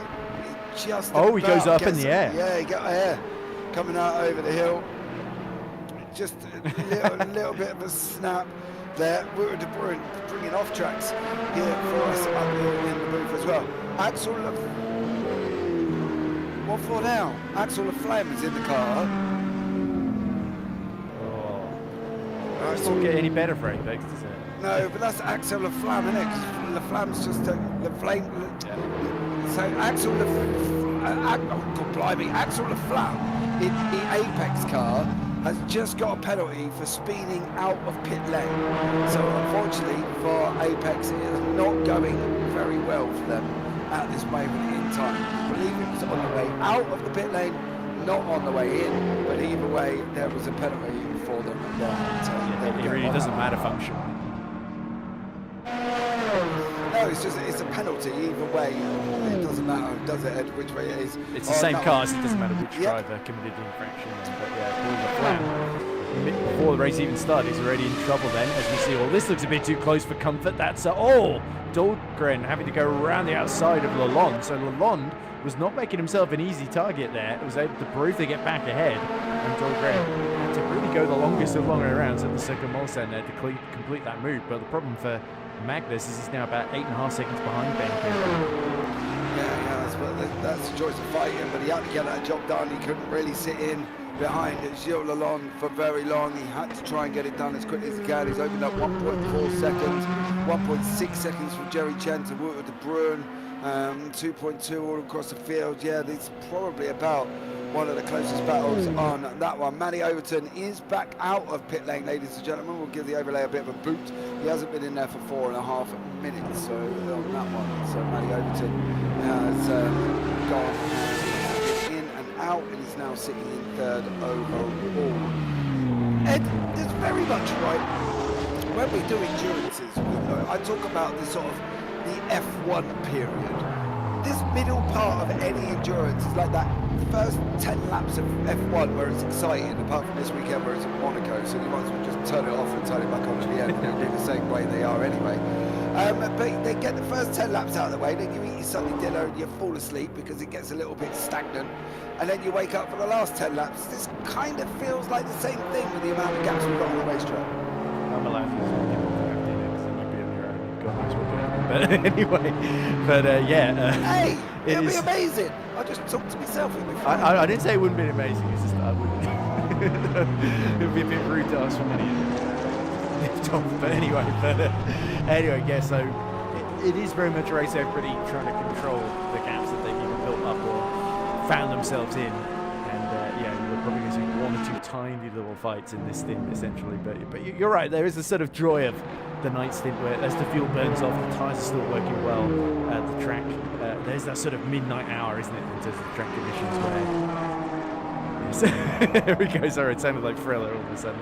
But it is sort of these ideal conditions where the drivers always go on about. All of a sudden, they feel so much faster, even though the sun is very much gone, at least for a couple of hours yet, as we see. Oh, another pit stop being made. Is that a GD3 coming in? It's David Yunt, of course. So finally getting the Lexus. The Lexus has got some very decent fuel mileage because he's gone so much longer than Kirby and Holden have come.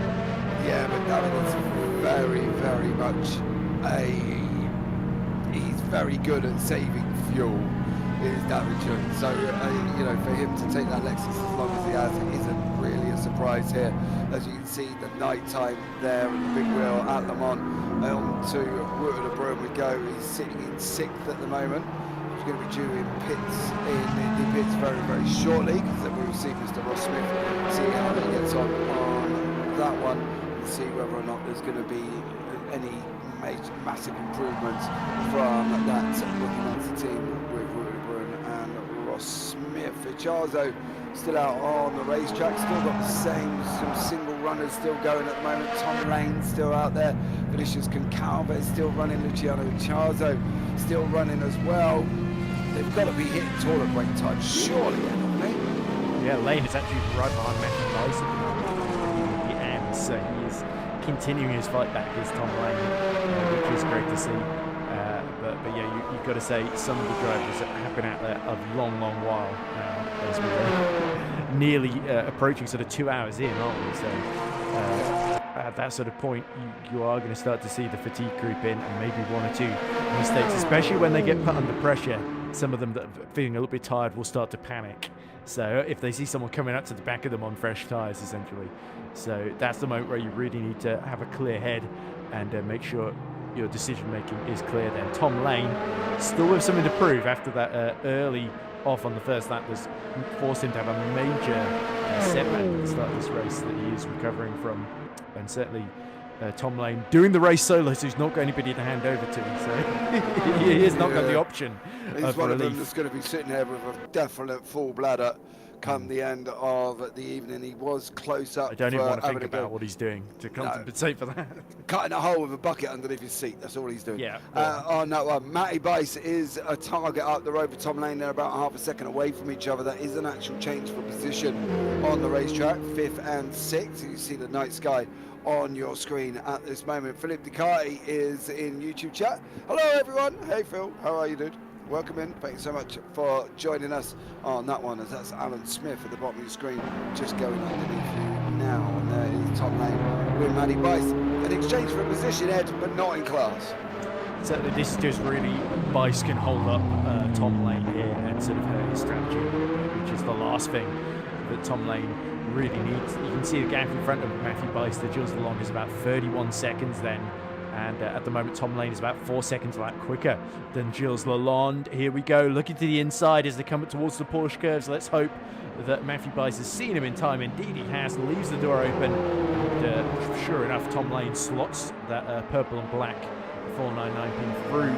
Car number 50 continues on its way, trying to get back into the top 4 then. So Tom Lane has done very well to keep his head so far. And yeah, 30-second gap to Lalonde. He can certainly catch that. At the pace that he's going. It's just a question of how long it will take him. Yeah, I don't really know if he's going to take him too long, to be fair. He's quick, so it might sort of be, I don't know, what sort of times are they doing at the moment? 3:32. Bad lap for Lalonde, 3:37. Yeah, 3:37, 4 seconds he's pulled out. If Tom Lane can keep this up, he'll be there. I think it's going to be well within reach, Ed, but I think the pit stop's coming up, and obviously Lalonde is going to change back over to Gutierrez again. Tom Lane's got a bit of a challenge. He's taking a lot of risks. You saw the car just twitching under braking there for the Dunlop chicane. But yeah, it is a case as well, is could Gilles Lalonde swap back over to Gutierrez before Tom Lane catches him as well. The other thing is Lane pushing as hard as he is. Might well risk the track limits as poor sober up comes out. Yeah, I think that's the thing, isn't it, with these guys? There's lots for Tom Lane. He's got lots and lots and lots of racetrack out there, and as you say, one simple off track, Ed, could cause him more trouble. Yeah, Lalonde's still within about 6/10 of Dahlgren, so Magnus has not really been able to escape, which is an interesting situation there. Of course, they're both on the medium tyres, as indeed is Tom Lane as well, so it should be a fairly even battle between the pair. Yeah, absolutely. Kesby's still on the hard and mediums, and Alan Smith still on the hards. The rest of the cars out there all on the medium tyres. This is Gilles Lalonde on Dahlgren. Tom Lane is probably relying here, Ed, for these two to be fighting for a period of time, so he can try and at least close some of the gap. Yeah, it's a distraction, that, especially for Lalonde, because if Gilles had Magnus disappearing off in front of him, he'd have that sort of clear air at the very least, but you can tell the Cadillac still pretty nippy down the straights, and that's what's keeping him in this battle, along with a bit of slipstream as well on that Toyota then. So, yeah, Dahlgren currently on the podium as it stands, but if he can't escape Lalonde, it could be that Tom Lane joins the back of this battle within the next 30 minutes as well, for the rate that he's catching. Yeah, absolutely. He's going to rely that these guys will continue to fight, or at least have a go at each other, because then he will be able to sit back and make some moves here for Tom Lane. And how far can he get, though? That's the prediction, isn't it? Realistically, is third going to be the maximum position for Tom Lane? The way it's playing out at the moment, you'd have to say so, because Lane, while he's been very quick, he's not really been exceeding the pace of Smith or Kesby at the moment, and Kesby and Smith just continuing to trade. It's been a bit nip and tuck between them in the sort of 331s, 332s essentially, as we now look at Katarinakis, who has reassumed the lead ahead of Peter Meyer, but I think Meyer has been doing making some serious inroads on that lead. Last lap, 4 seconds quicker was Peter Meyer in the Lexus. Yeah, great job from Peter Meyer. Karanakis coming into the car, leading that GT3 AMS. Meyer taking over the Lexus. He's not taking over the Lexus actually, is he? I think he's actually solo, is he, for Peter Meyer? I believe so. Yeah, he's solo, so Peter Meyer's not actually had to overtake anybody or let anybody else get in the car. He's still out on there, just doing his thing as always, but there is Karanakis, and just coming through, I think there's Meyer now, just in the background. I believe that's Takanashi in the middle, in that green neon Tron-looking liveried machine in the dark there. Some of them glow in the dark, Ed. I find that rather amazing. Yeah, it's amazing. Amazing what the paint properties can do in this game, isn't it? As we see Gilles Lalonde making his first stop, but not the first stop for that car, of course, because they did stop to change drivers earlier. Matthew Byes joins him as well from the Hypercar AM lead, so be interested to see if Lalonde swaps back over to let Gutierrez back in the car, or if Lalonde is going to do a second stint here. Yeah, I wonder if he will. It's hard though, isn't it? Because in theory, the more driver swaps you do, the longer it takes, isn't it?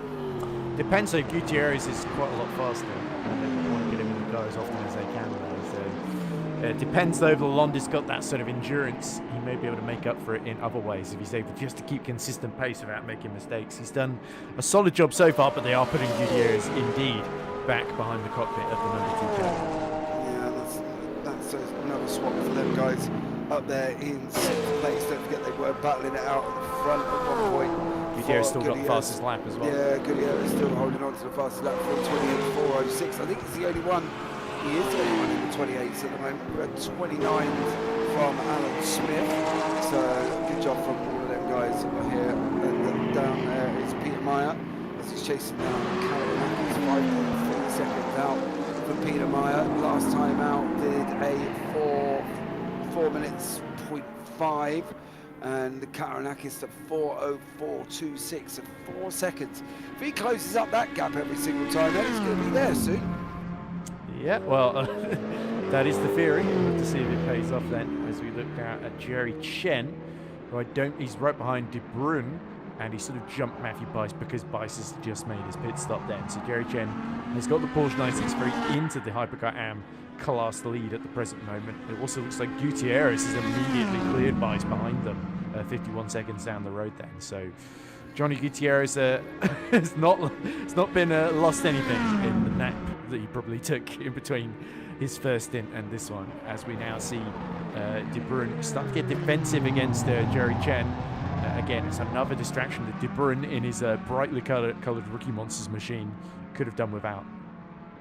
Yeah, it was mentioned earlier on that Axel Laflamme has taken over the car for the Apex boys on that one, but De Bruyne is going to have a bit of a mission here with Jerry Chen. Chen is no slouch in the car. Peter Meyer is definitely catching up in the GT3 AMS and for catching Takanashi on there. So that's going to be a battle that we'll keep on with very shortly, and closing in on Karanakis at the same time. He's 3.8 seconds back at this moment. So we're sort of in this stage, and we've got sort of a little bit of a, not a pressure cooker, but kind of a boiling pan. You know, we're just starting to simmer and we're starting to get a little bit hot, aren't we, at the moment, before we go into the real fireworks with the bubbles.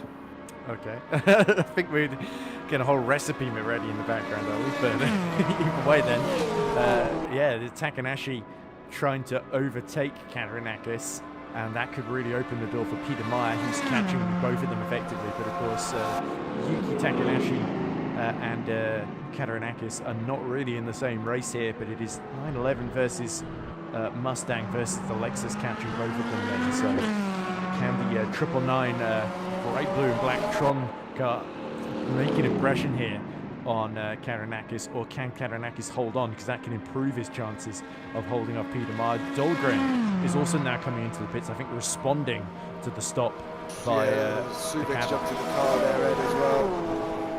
For Dahlgren, so Timon Suvik jumping in the car. Yeah, driver change as well. Would it suit, this is a question at the moment then, while we're looking at this with Karanakis and Yakanashi, do you think that although Yakinashi has been 3 seconds quicker than Kataranakis last time round, it would actually suit Kataranakis to let Yakinashi go.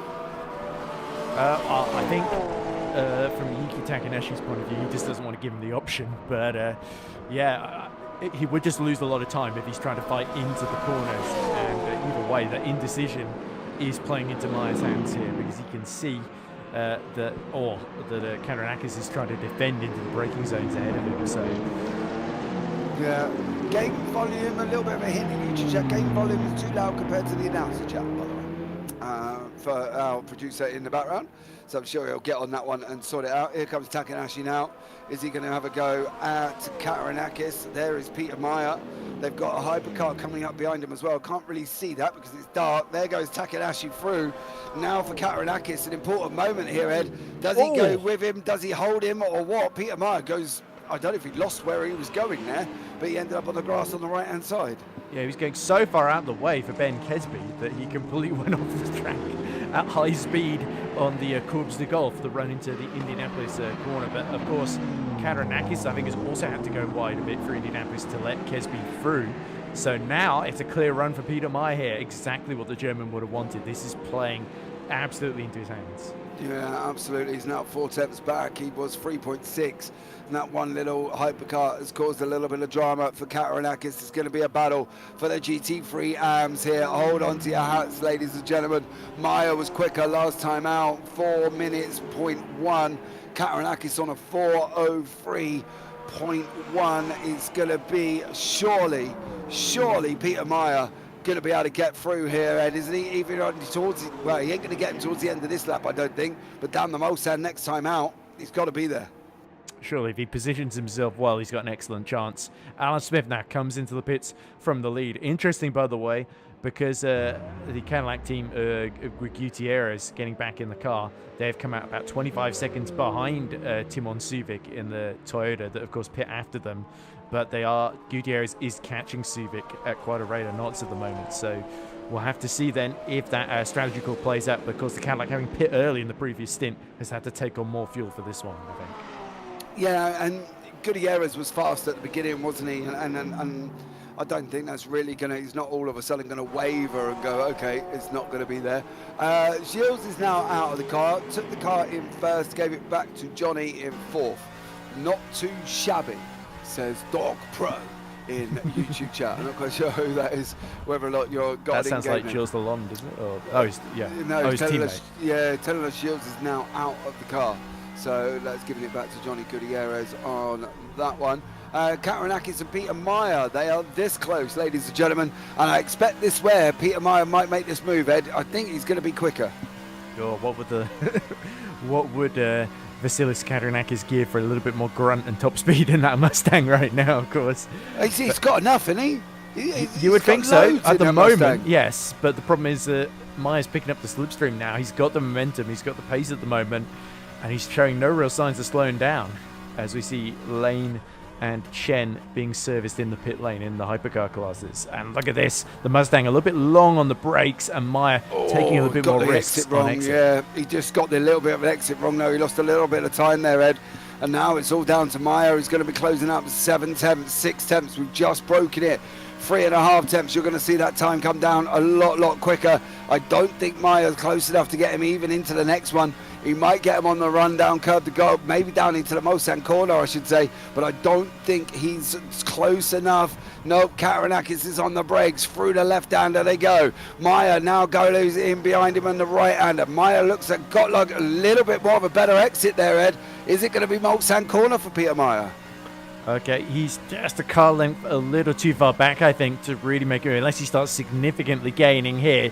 You can see Kataranakis thinking about trying to break the toe. He's sort of in the middle of the road at the moment.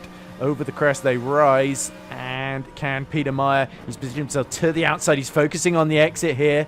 Kataranakis, just about slightly misses the apex there. So now Peter Meyer's tucked in right behind on the run down the Courbes de Golf towards Indianapolis, and he immediately pulls to the inside here. I think Peter Meyer is going to get himself into the lead. It's the shorter run into the corner here, and he's going to surely cover off any counterattack here from Kataranakis. He cut straight back across his nose as well. got that cover done. Now, is this going to be where Peter Meyer is going to whisk off into the sunset like a cowboy who's just robbed a bank, should we say? And Peter Meyer, he's looking quick in that Lexus head. I know you had a little chuckle there, son. But, and a hypercar in the mix as well. That's not going to help Katarinakis at all. Second back already. And that's Axel Laflamme in the Apex car. And that's all she wrote for that one, Ed. And that's all it needed was one hypercar. Yeah, Peter Meyer continues to be about 3 seconds a lap quicker than Katarinakis at the moment then. So there's not much that Vasily can do in that Mustang at the moment, it seems. Peter Meyer, a bit of an unstoppable force, as you rightly point out then. And he needs to now build this gap as big as he can so that he can take advantage of it as the race continues, of course. But now we've finally got a one driver team in the lead of one of our classes then, in the form of Peter Meyer. Yeah, Meyer doing a great job out there. Everybody else is a little bit more spread out. Matty Bice is closing in to Luciano Acciarzo in the hypercars in 5th and 6th place overall. That's another battle that's starting to come together still. I think Chavot and Angelidis are done for the day here, Ed. Both of them with issues connecting back to the server. Unfortunately, RF2 doing RF2 things there. Well, I think Petravsky, his car is in bits and doesn't have any brakes, so that it does to stop the car, so that would be another hindrance there. So we see Smith being a little bit held up there by Peter Meyer, just coming up on him just before the Ford chicane at the end of the lap then. So Ben Kesby, of course, continued to extend this stint, but he's yet to pit, of course. So Smith has got to make sure he doesn't see Ben Kesby as effectively overcut him here as this race goes on. Yeah, Ross Smith is into the car. Alan Smith is still in the car. That's a long old stint for Alan Smith. Him and Ben doing the same thing. Yeah, long stints from Ben and Alan Smith. Suvic's taking over the car. Gutierrez is back in the car. Acciarzo's driving solo. Matty Bice is not. He's got the brothers with him. Lane's driving solo. Smith, of course, taking it over from Wood Bruin. So great job from all of these guys currently as they continue the race down here once more. 3 hours 16 to go, Ed. Where are we now? What do we think we're doing? Just sort of, what's the general strategy from these drivers at this point? Is that your question? Okay, well, I think... no, give me 2 seconds. Sorry. I'll be back in 2 seconds, Ed. You all right for a minute? Yeah, sure thing. Right. So where we're at the moment is we are just closing ever so slightly on a half distance with 3 hours to go in this 4.8 hour of Circuit de la Sarthe. And Ben Kesby, of course, leading by 40 seconds, but Alan Smith on fresh tyres starting to cut into that advantage. It was half a second quicker in the first sector alone. We've got Timon Suvic on board the number 89 Toyota. That, of course, is the SKS Motorsports machine. So it is British Turkish Racing leading Craven Racing, leading SKS, although we believe it's going to be very tight when Ben Kesby eventually pits the BTR car. Timon Suvic for SKS Motorsport. Third, Johnny Gutierrez is 4th and starting to catch some of the drivers. He's about 10 seconds behind Suvic at the moment. Luciano Acciarzo, I think, yet to pit in this stint, but running the Toyota a bit long in 5th. We've got Tom Lane in 6th in class, with Ross Smith about 25 seconds behind him. And then we've got Axel Laflamme, who's still on the same lap as the drivers ahead, but a bit further back. He is about, a good nearly 100 seconds down, I think, on the next, on Ross Smith, essentially. Then in our Hypercar AMS, we've got Matthew Bice for Trash Panda Racing, leading Eric Moynet for Curie Mistral, who's just gotten on board. That car has Moynet. Vinicius Goncalves is 3rd in the Valkyrie. Sadly, we lost Zachary Chavot with disconnection early doors when the 49 was looking good in terms of its fight for victory then. So that has left us with just 3 cars in this particular class. I do apologise for that one. I slightly wish you had to go and quickly get sorted out. But it's all done and dusted now. No worries. So there we go. Matty Bice leading the Pro Hypercar AMS with Eric Monet Concalves and David Jean. In the GT3s, Dan Kirby, Alan Holden, Paul Reyes, David Jean and Yuki Takanashi. So great fighting from all of these. On this one, Yeah, I just had to. If anybody's wondering, I just literally had to Ooh. run down the road. Bit of drama. I've just seen Goncalves. Apparently, he's just retired from the race in the number 48 Valkyrie. Oh, DNF'd. Yeah, and Kesby now's pit from the lead to hand over to Michael Luck. Oh, Goncalves was solo, mind you. So Vinicius Goncalves is now disconnected. Nothing untoward on that one. Yeah, that's what we're hearing, and I think that's the thing, isn't it? It's so unpredictable, but it's such a kick in the teeth, isn't it, for anybody who's done. You're lucky, you know. I suppose in hindsight, Ed, they're lucky they've done it now rather than on the final lap. Yeah, that's more gutting when you put so much investment in, whereas at least we are still. I was saying it. We got 3 hours to go, so in a 4.8-hour race, we're getting closer and closer to halfway distance. But yeah, having it happen before halfway rather than after halfway is probably slightly preferable in terms of the level of heartbreak. But for the driver in the moment, it's not going to make a huge amount of difference. It's still gutting. And Goncalves was looking to give her a podium. Now there's only 2 AMs left in Hypercar, the 99 and the 40, the Toyota and the Porsche then. So. And they are fairly spread out to the tune of 33 seconds then. So, yeah, it really is the case. If you're hoping for a massive fight in Hypercar AM, you're going to leave very, very disappointed, sadly. But, yeah, nonetheless, we have still got quite a way to go. Unfortunately, 3 hours, 12 minutes exactly, I think, is what I'm seeing on my screen. Yeah, 3 hours. That's what I've got. 3 hours, 12 minutes as well. Ross Smith was, I don't know if he's just had a drama. He was a second behind Monet, but is now not. Icharzo's just gone in pit lane for him. Icharzo and the 499P number 9 on the same strategy, I think. Yeah, I think you might be right on that one. But it's a great job still with 3 hours and 11 minutes to go. Stunning job from all of these drivers to even keep these cars on the race circuit, I think, Ed, especially when we're now in the night, that difficult nighttime scenario. Yeah, exactly. So particularly a driver like, I think Tom Mullane is one of the few that's been in since the beginning. The other people, of course, because he has to be, because he's the only driver in that team. But yeah, it really shows the level of just perseverance you have to have in these sorts of situations then. And yeah, but the interesting thing from my point of view is this strategy from British Turkish Racing with Michael Lock now getting on board. He's within about 20 seconds of Smith now, so they are ever so slightly starting to catch, pitting later and later as they are. But whether the strategy is going to pay out at the end remains to be seen then. And yeah, it'll be interesting to see if Michael Lock's lap times are closer, even faster than Smith, who will be starting to get very, very fatigued at this point, I would imagine. Yeah, I'm surprised he hasn't changed over. I am shocked by that with Alan Smith, because he has got Smeraldi and Gashoven, so maybe they're trying to keep driver swaps to a bare minimum, and the other two should be jumping into the car this time around, I would have thought, because otherwise poor old Alan Smith has been in for an absolute country age. And I don't think there's a rule about the percentage of the endurance race you have to do in this, is there? In terms of if you have, I guess they all just have to have a go at some point, right? I thought minimum drive time 30% for 2 drivers. If you've got 3 drivers, they've got to do 20% each. Okay.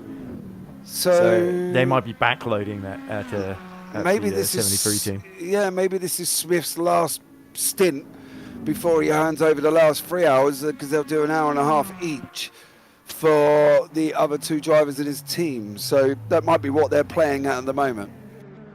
Yeah, well, it could be they really just want to maximize the lead they have before putting Gashoven and Esmeraldi into a sort of leading position in the race, which can be quite daunting as well, especially if you've not been in the car all day up to that point. But yeah, no, I completely agree. Smith is not giving this up very easily. He's almost clinging on to it there. Gutierrez is closing in on 3:29.0 for Gutierrez on the screen at the moment. So you're watching Johnny Gutierrez drag that car back here, and I think I'm not putting it past Gutierrez to get Suvic. I don't think he'll get Locke. I think maybe it could be 3rd at the most for that team with Gutierrez in it.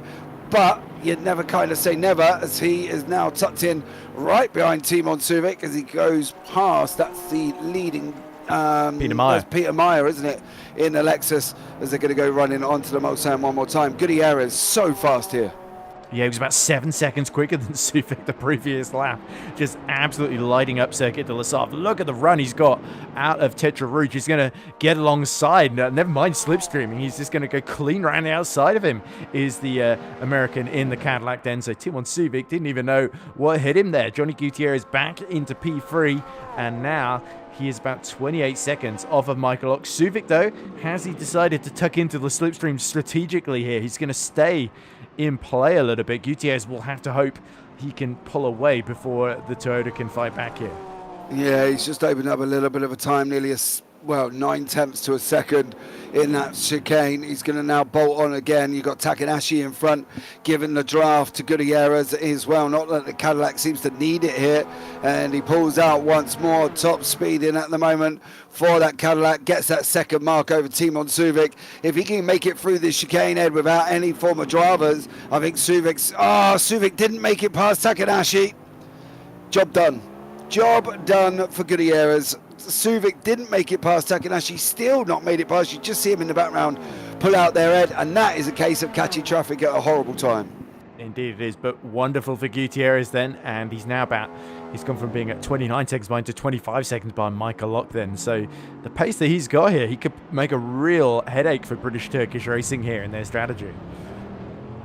Yes, I think you might be right for Gutierrez, and I don't think he's going to be letting up anytime soon either. That was the closest battle on the racetrack. Everybody else a little bit more spread out. DNFs here. Vinicius Goncalves just disconnected. Zaku Chavot disconnected and not able to get back into the session. Maximilian Petrovsky with a spectacular brake failure, if you haven't seen it, and he went and terminated the chicane and straight into the wall, unfortunately for Petrovsky. So Gutierrez there seems to be having a luck of the draw with traffic. Clears that Lexus. Job done for him. And Gutierrez again now motoring on his way. Can he get? Surely he can't get Michael Lock, can he? Wow, I think at the pace that he's got, he's going quite a lot quicker than Michael Lock at the moment. But I think Michael Lock has only just gotten on board, so it's difficult to really judge what his pace is because it was such a long stint for Lock's teammate, wasn't it, at British Turkish Racing, which of course was Ben Kirby, we know was the pole sitter and is incredibly fast then. So if Lock can get anywhere near that, he might stand a chance. But Gutierrez is a bit of a danger man here. As I said, I think if he can just catch before Lock starts to get up to speed, then yeah, there's every chance they could at least on the road at least get into P2. But of course we know Gutierrez will have to hand back to his teammate Lalonde at some point later in the race then, so it could swing back the other way. Yeah, we'll see how that one goes as we're coming into the final 3 hours in the race. Of course, there is the night sky of Le Mans. Let us know what you're up to in YouTube chat. Obviously you're Saturday watching the racing, but is anybody catching anything else, or having a good Sunday? Entertain us, ladies and gentlemen. Keep us alive or awake in the booth during this period of the racing, where it just kind of dies down, fizzles out just a little bit here, Ed, as well. Yeah. Did I hear a seagull? Anyway, I must be hearing things. No idea what it was. I don't even know what that kind of bird impression was there that we had in our ear. Yeah, I think I might be losing it. Anyway. Yeah, had to happen sometime. But anyway, feeling like I mean, we just see a move. I don't know why Paul is getting bored. But, yeah. So Gutierrez continuing his rise through the order, went about 6 seconds quicker than Michael Lock that previous lap. Lock in the 3:38s and starting to fall away well and truly from Alan Smith. He's gone from being about 17 seconds behind to about 35 seconds behind. So yeah, that's weird. It can just really be the difference in pace between the teammates, and when there's that much pressure on you, it's difficult to sort of get up to speed, especially when you keep coming across traffic at the worst possible moments as well. So there is a little bit of misfortune, no doubt, at play as well. But yeah, certainly, when you know you've got to get it together, that can be the most difficult situation, especially when you're fighting for the win, essentially, in the top class there. As we see, Smith risking it over the curbs. He had to get very late on the brakes into Indianapolis there, but 73 still looking fairly settled at the moment. Meanwhile, just taking a peek at the progress of Ross Smith, he's about 5.8 seconds behind Moyne. But Ichazo, who's pit fairly recently, is starting to catch him. 3:36 last lap round. I think Ross Smith is lapping quite similar to Locke at the moment in the sort of 3:38s. Yeah, he has. Oh, he's cut the track somewhere, so he's invalidated that last lap as Ross Smith. Yeah, unfortunately for him. But he did say, you got to give him props, because he did notify us that he didn't have a lot of practice and he's likely to be slow. They're sitting in 8th for the minute. He's ahead of Ichazo, ahead of Axel Laflamme, 6.5 seconds away from Monet. That gap was closer at one point, but unfortunately now it's not here. So unfortunately for Smith. But at least he was honest, though, Ed. Yeah, I mean, it tends to be the best policy, doesn't it? In that situation, rather than claiming you're going to blow everyone away and then you're a couple of seconds slower than you said you would be. Yeah, so it is better just to keep the expectations low and hope that you can maybe exceed them rather than making expectations way too high, under-delivering, and then looking a bit silly. Yeah, I think Ross was being realistic. That's why he was avoiding me trying to say to him that, come on, son, you can do it. And I don't. Well, as I said, you were putting more pressure on him, so now he's got an excuse. You were telling me that I was going to blow everyone away, so he's not made any major errors yet, though. So we'll see. Maybe. On that one, maybe for Ross that's the case, as long as he keeps it on the racetrack. Gutierrez 3:28.406 fastest lap, 3:32.141. Vinicius Goncalves has got the same issue as George, which is basically disconnected and can't get back into the session. So unfortunately for Goncalves, that's his run going to be over and dusted here as well. Who do we think's in the good position here, Ed, at the moment? Whoa. You would have to say Smith and the number 73 Craven Racing team. Obviously, we yet to see Hubert van Gasserven or Alessandro Smiraldi get on board that car. Even did they are still taking part, and Smith just hasn't. Well, Smith hasn't served the penalty, so one of them will have to get on board at some point, you would think. But yeah, he's built such a big lead that it's looking good at the moment. But I still think Gutierrez will be fascinating because he is rapidly catching the back of Locke. The gap's now 17 seconds then, and continuing to close as Gutierrez consistently in the 3:31s and 3:32s at the moment, which is quite impressive at this late phase of the race, even though he did do a stint earlier, had a break, and now has come back. And then in terms of GD3s, yeah, I think Holden has been impressive, but Kirby's still very much in control in the number 9911. Yeah, I think you are right. I think I don't see anybody else beating Kirby, to be blatantly honest with you. The podium fights, I think, are more. There's a bit more. It's a bit more open, but the lead ones, with the exception of maybe the lead hypercar class, where our top three, it's a little bit tricky to call because there's still so much to play out here. Smith hasn't changed drivers yet. Locke is still trying to find a bit of pace, and I think invalidate that last lap too. So he's really feeling the pressure from Gutierrez, who's gained about 3 seconds since I last talked about him a minute ago. So yeah, Gutierrez just continuing to soar. Flying, dude. Gutierrez is literally flying. He's getting about a second per sector. Yeah, I remember the famous line, "It corners as if it's on rails," talking about a Lamborghini Countach in a very popular film from a long time ago, if anybody remembers. There you go, a little bit of a challenge. Where did that line come from? Let me know in the YouTube chat there if anybody wants to have a go and tell me what film. Any ideas, Ed? Oh, from a long time ago. It must be from the 80s, I would assume, if it's the Countach. 80s, 90s, Paul? Wait for him to respond in my ear. I'll tell me if he's got it right. Left breath. Oh, is he Googling? He's coming back to me, but let me know. Yeah, there was a famous line said by a famous actress who turned around and said, "The car corners as if it's on rails." So there we go. Let me know which one that is, and if anybody can think of that one. Axel Flam is in pit lane, and that he will go in with that car, of course. And whether or not he'll change drivers, we will find out very, very shortly. But Ross Smith, Luciano Ichazo, Ross in 6th, Ichazo 6 seconds back at the moment in 7th place. Just broken under the 3-hour mark here, Ed. That's going to be a relief for some of these drivers. A little bit one step closer to the end, as Paul seems to agree with you there.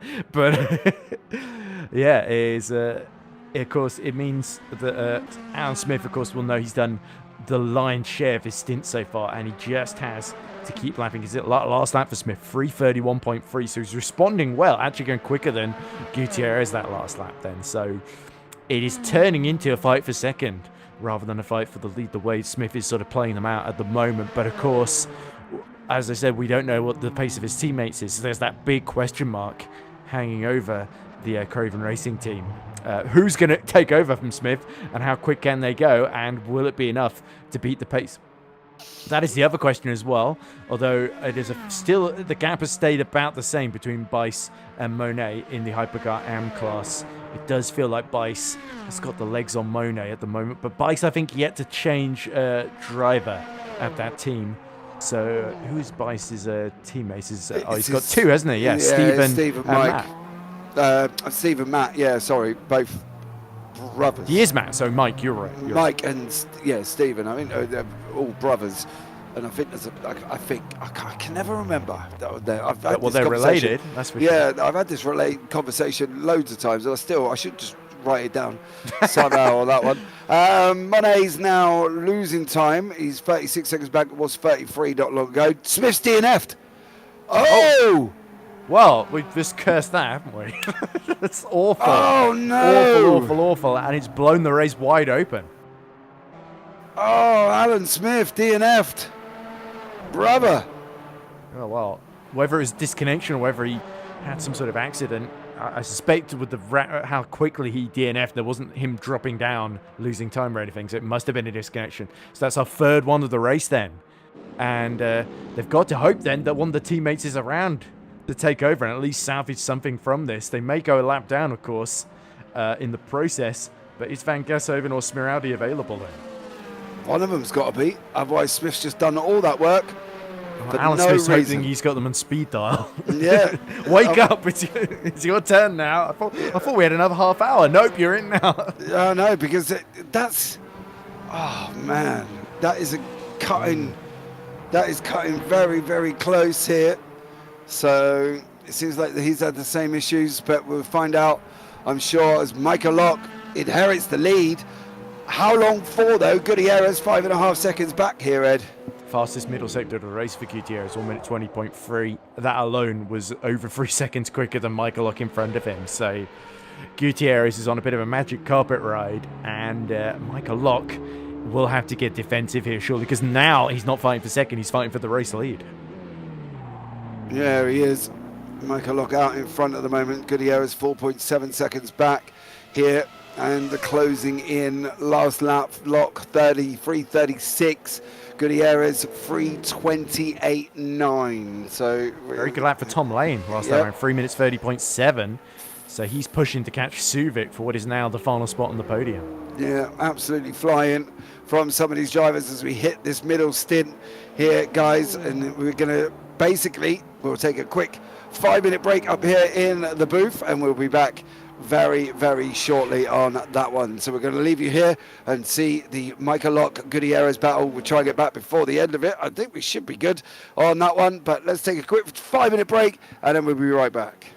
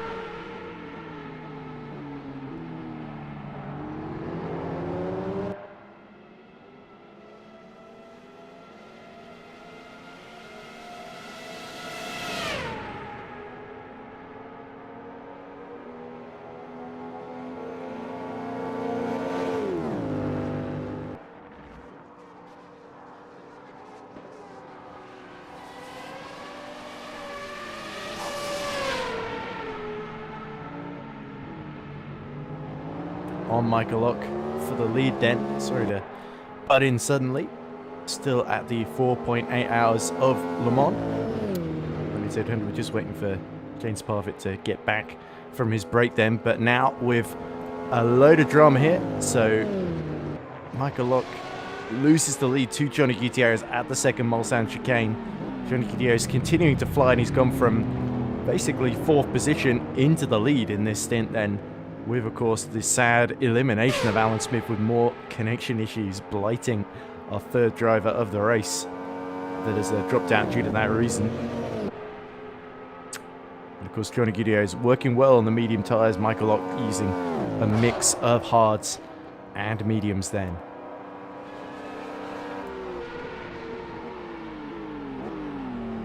And Mr. Reese says, if that is because of the server again.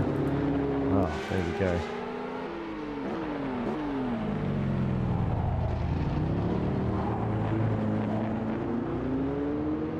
Two hours and 52 minutes to go.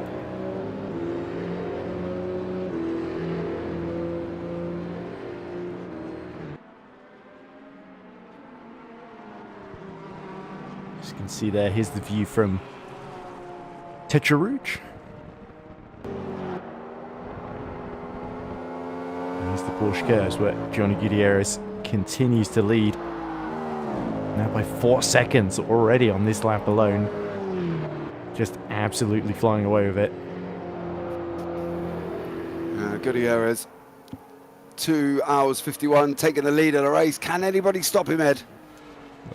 Yeah, sorry for butting in before the 5-minute break ended, but I saw Gutierrez making the move before I just cover it in. But yeah, this is looking very, very good for Gutierrez so far. But the problem is now he needs to build a big gap, because what British Turkish Racing could be planning on is putting Ben Kesby back in the car when Gutierrez is handed back to Gilles Lalonde. So Lalonde will be loving this at the moment, but when he gets in the car, all of a sudden there's a whole different kind of pressure on him. As all very, very late on the brakes there from Ichazo. He just avoids hitting the back of Ross Smith. Ross won't have appreciated that one bit. No, he went in very, very deep there, did Ichazo, and unfortunately fortunately managed to avoid Smith, but also ran a little bit wide. He's dropped back a little bit at the moment in time for Ichazo. He's now 1.8 seconds back. As I say, list of DNFs: Alan Smith, Alves and Zachary Chavot through disconnections. Maximilian Petrovsky is also there. We've got Smith in the waiting room. I'll bring him in to the booth and have a chat with Mr. Alan Smith. Alan, what happened? Just lost connection. Just lost connection coming through the second Mulsanne. Second Mulsanne chicane. But yeah, it was going very well. Those hards, I was dragging the life out of them, but it was still holding on. How was the deterioration on the hards? I'll tell you what, during the day it wasn't so bad, but as soon as those temperatures started dropping, it really did start slowing down. The wear is really good. They are a very, very good tyre, especially in the higher temps, which is why I started on them. But it's just, you have to put so much energy into them at night. I can see why a lot of people moved on to the mediums when the time of day switched. Yeah, we're just going to have a quick look at a replay here on this one of Johnny Gutierrez. Am leader, sorry, Matty Bice runs a little bit wide, gets a slide on, keeps it, it doesn't, just touches the wall, unfortunately for Matty Bice. Still manages to hold on to the lead though. Get the car rotated, son, come on. He's lost a lot of time. He's gone from 33 seconds ahead to just 4 seconds ahead. You have to think about it. I don't think you can foreign reverse there. And of course it's turning circle of a bus of these hypercars at this moment in time. To me, to you, to me, to you. Unfortunately. And he's just gone straight into the wall, that. Yeah. Yeah. It is very Austin Powers, isn't it? It is at the moment in time there. Alan, quick thing. You going very, very long there, sir. When were you handing over? It was going to be the end of this stint. I was triple stinting those hards because I thought, right, best way to do it is get these hards to the end of their life and then send, it was going to be Arjen van Gashoven out on a fresh set of mediums, and he'd be able to hit it hard and go straight on because it's cold enough that you can just switch them on. And where usually you're managing the temps, at night it's so cold. I mean, the track temp's what, 15 degrees, 16 degrees? So he'd be able to absolutely hammer those tyres. Yeah, but unfortunately, not working out. Couldn't get back into the session either. No, just would not let me rejoin, unfortunately. But, you know, technical issues, they happen. Happens in real life, it'll happen in the virtual as well. All we can say is that the pace was good and we'll just have to come back next year. Well, good luck for you on that one, sir. And let's see how you get on, Alan, next time out. But have a good one, buddy. No worries. Thank you very much. Cheers. Right, that was Alan Smith there. We've also got Jerry Chen in the waiting room at this moment in time. He's teamed up with Eric Monet. Gutierrez in pit lane, so we'll see if there's a driver swap there. Let's have a quick chat with Jerry Chen. We'll pull him into the booth and have a chat with him, and he can let us know how his team are getting on. Jerry, welcome in, bud. Gentlemen, how are you doing? I'm doing very well, mate. How are you? Good, good. I just saw on the YouTube that Matt had a little spin. He did, but unfortunately Eric couldn't capitalise. The gap's now come down to 4.4. It's now teetering around that 5 second mark at the moment, so not too far back. Yeah, that's okay. That's fine, because Eric's going on a long stint, so he's got to save those tires and the fuel. How long's he in the car for? He's going to be in there for a while, I'll just say that. Yeah, he's going to do 3 stints. So, Don't say that, Paul. as an hour and 20, yeah, we just had information from Paul Glover, just hope for no disconnects there. Seems to be a thing at the moment, 3 drivers suffering from disconnects. Let's hope it doesn't happen to your team either, Jerry. What do you think? Can you get Matty Bice? What's the strategy going forward? I don't know. I mean, Matt's fast. He's faster than me. So we'll see when, Steven or Mike jumps in there. Maybe I can catch some time back up, but we'll probably have to get him on fuel because I noticed he pitted only at 11 laps after that first stint, so it looks like they're pushing on fuel. We're able to do about 12, just about. So if we can do one up. Oh, yeah, there he is. Matty's into the pit lane. That's given Eric the lead at the moment. Have you had any words of wisdom for Eric out there, Jerry? Have you given him any words of advice? Oh, he doesn't need any advice from me. just keep it clean. That's all I have to say. Just don't murder any GT3s, and I think we should be okay. Yeah, I think every field's pretty spread out at the moment, so you should be able to catch them and get past them fairly straightforward. But Eric doing a great job at the moment in time. By still in pit lane as well. Only 2 cars in the hypercar field now, though. Jerry, doesn't that make it a little bit easier for you? I mean, sort of, but when you're in the car, you're still full 100% concentration, especially right now in the dark. You got to dodge GT3s, and you got to make sure you hit your brake points in the dark, which is much harder. So, but yeah, we'll see. That's what we were talking about earlier. Is it easier going from daytime, doing your stint in the daytime, then jumping back in the car at night, or is it easier going that day to night stint in the middle, where you can actually gauge where you're at because you've been out on track at the same time?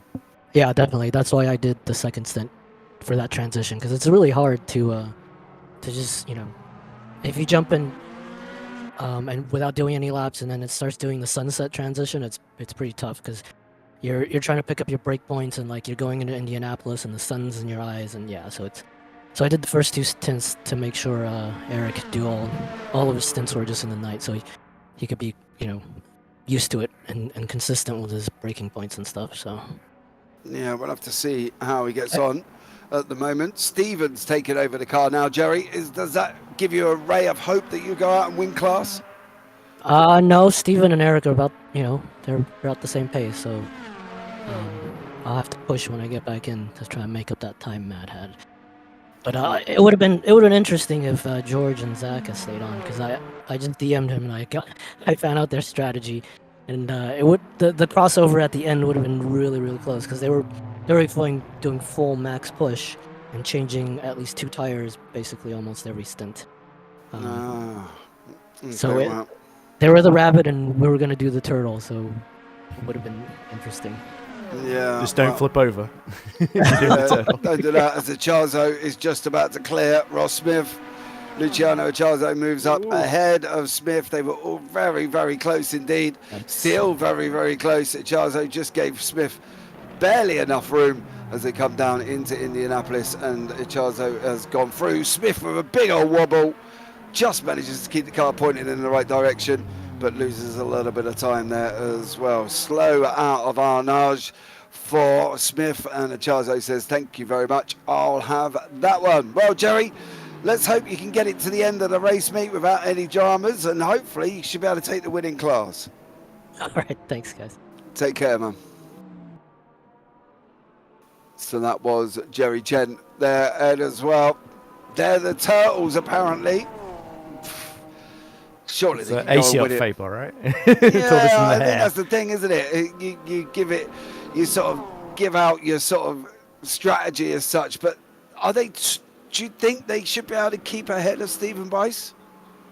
Oh, there we go. I think Ross Smith has actually repassed Echarzo, so Echarzo potentially has made a mistake somewhere over into the Porsche curves in the final sector then, and yeah, Ross Smith taking advantage then. But in terms of the Hypercar AM battle, yeah, it's tortoise in the hare if the hare spun and hit the wall at the end of in the middle of the race instead of taking a nap. But yeah, certainly Moynet's done a fantastic job so far in the 963 number 40. So let's see if Stephen Bice can match the pace of his family member Matthew in this particular stint. And this is how it happened then.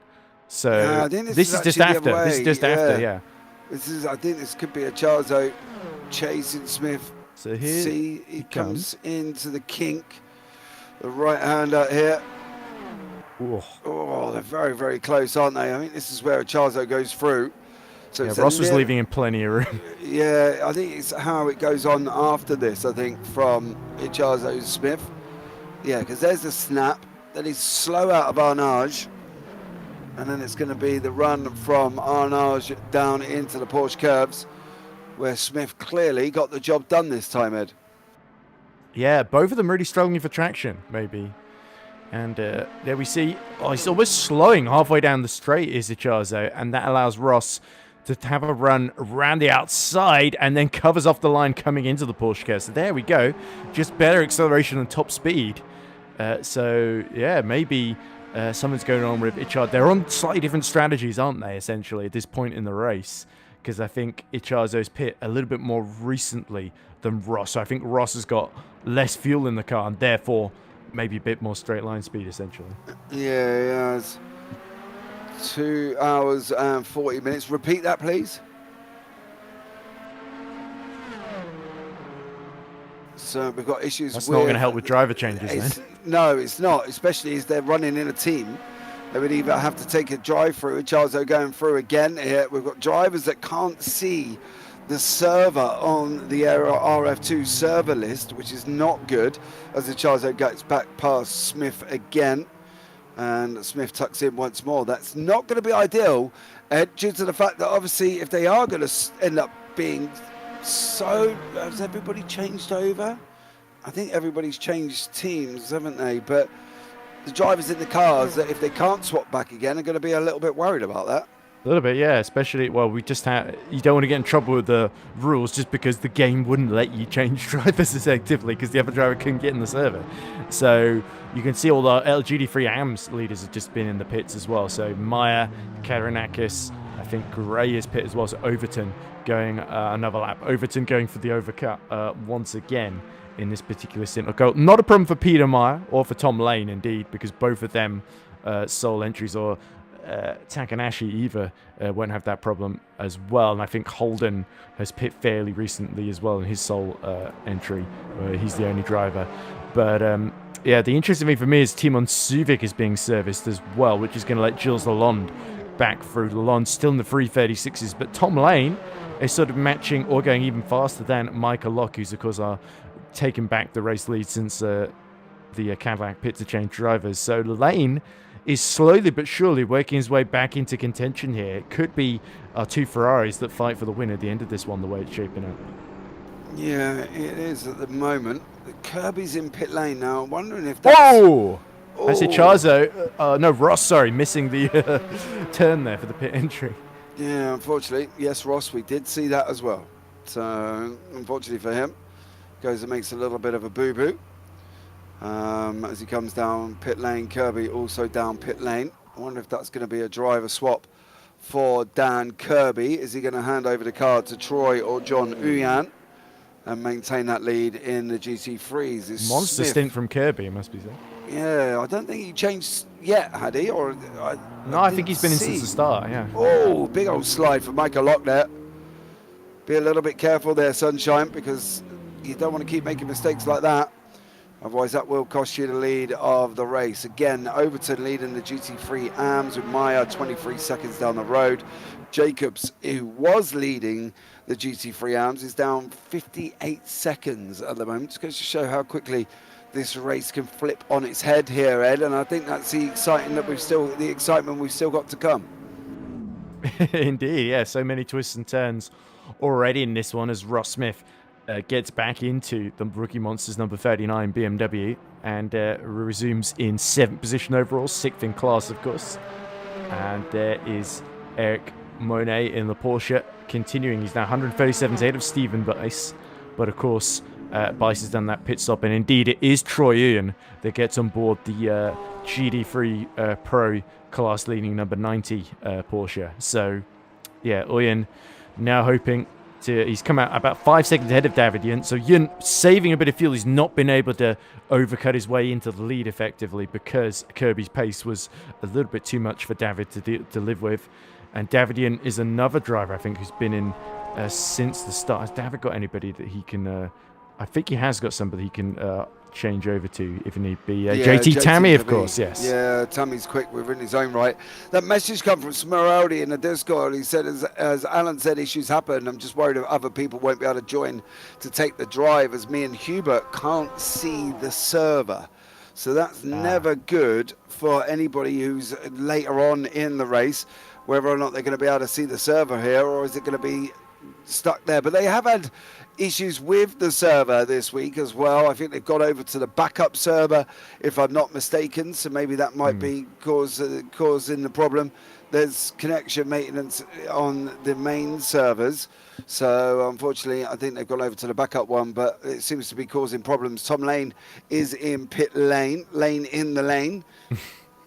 I'm sorry, I couldn't help it. That was it's all right. You've been talking for a while. It's fine. Yeah, thank you very much for that one.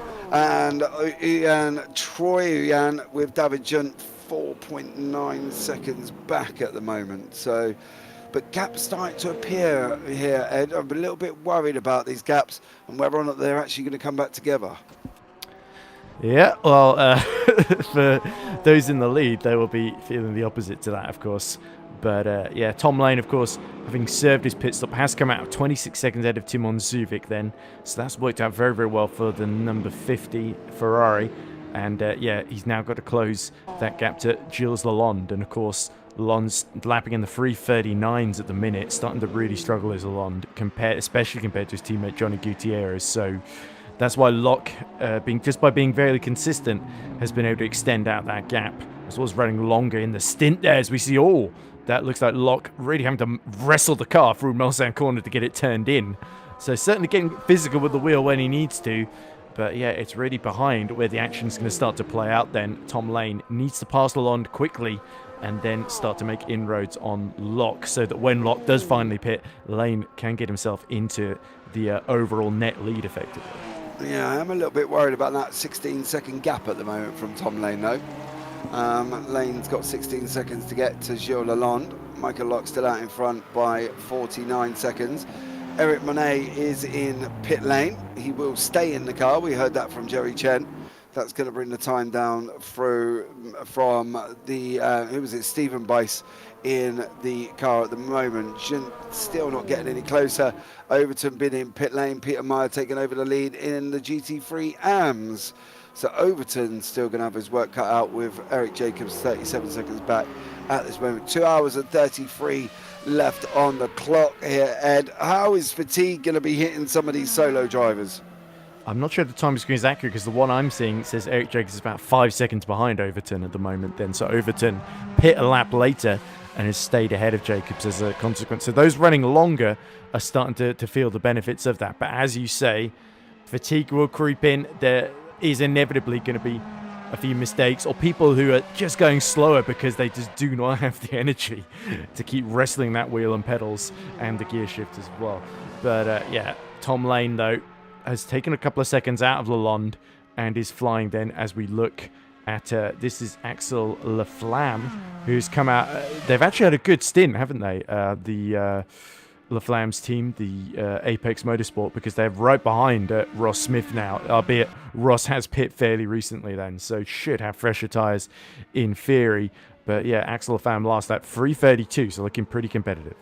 Yeah, he's about he's dropped now, right the way down. I think Smith just got that chicane all wrong, because the gap was out at about 2 seconds. It's now lower than that at the 8 moment. tenths. Yeah, 8 tenths currently at the moment. We get the overlay a bit of a kick at the moment. It seems to have stalled as these guys continue here. Laflamme closing in once more into that second Mulsanne chicane. He's coming right in behind him currently at the moment. He's dropped right the way down. 0.6 We've lost Ryan Paulbert Reyes. He's had a DNF as well. We'll find out if that's connection based very, very shortly. But Laflamme is now having a go at Smith. Round the outside does Axel Laflamme without any hint of an issue. Is he going to be able to hold this though, Ed? That's going to be the question. Oh dear, so confirmation then, Paul Perez did get disconnected as all. We see a bit of contact there as Axel Laflamme turns across Ross Smith, and Ross Smith, all but Laflamme very late on the brakes in the Valkyrie into Mulsanne corner, rejoins the circuit ahead of Ross Smith then, so having to get his elbows out there was Laflamme, who we heard from both Laflamme and Ross Smith earlier in commentary, funnily enough. So let's see a replay of what happened there. Yeah. So this is Stephen Bice being Yeah.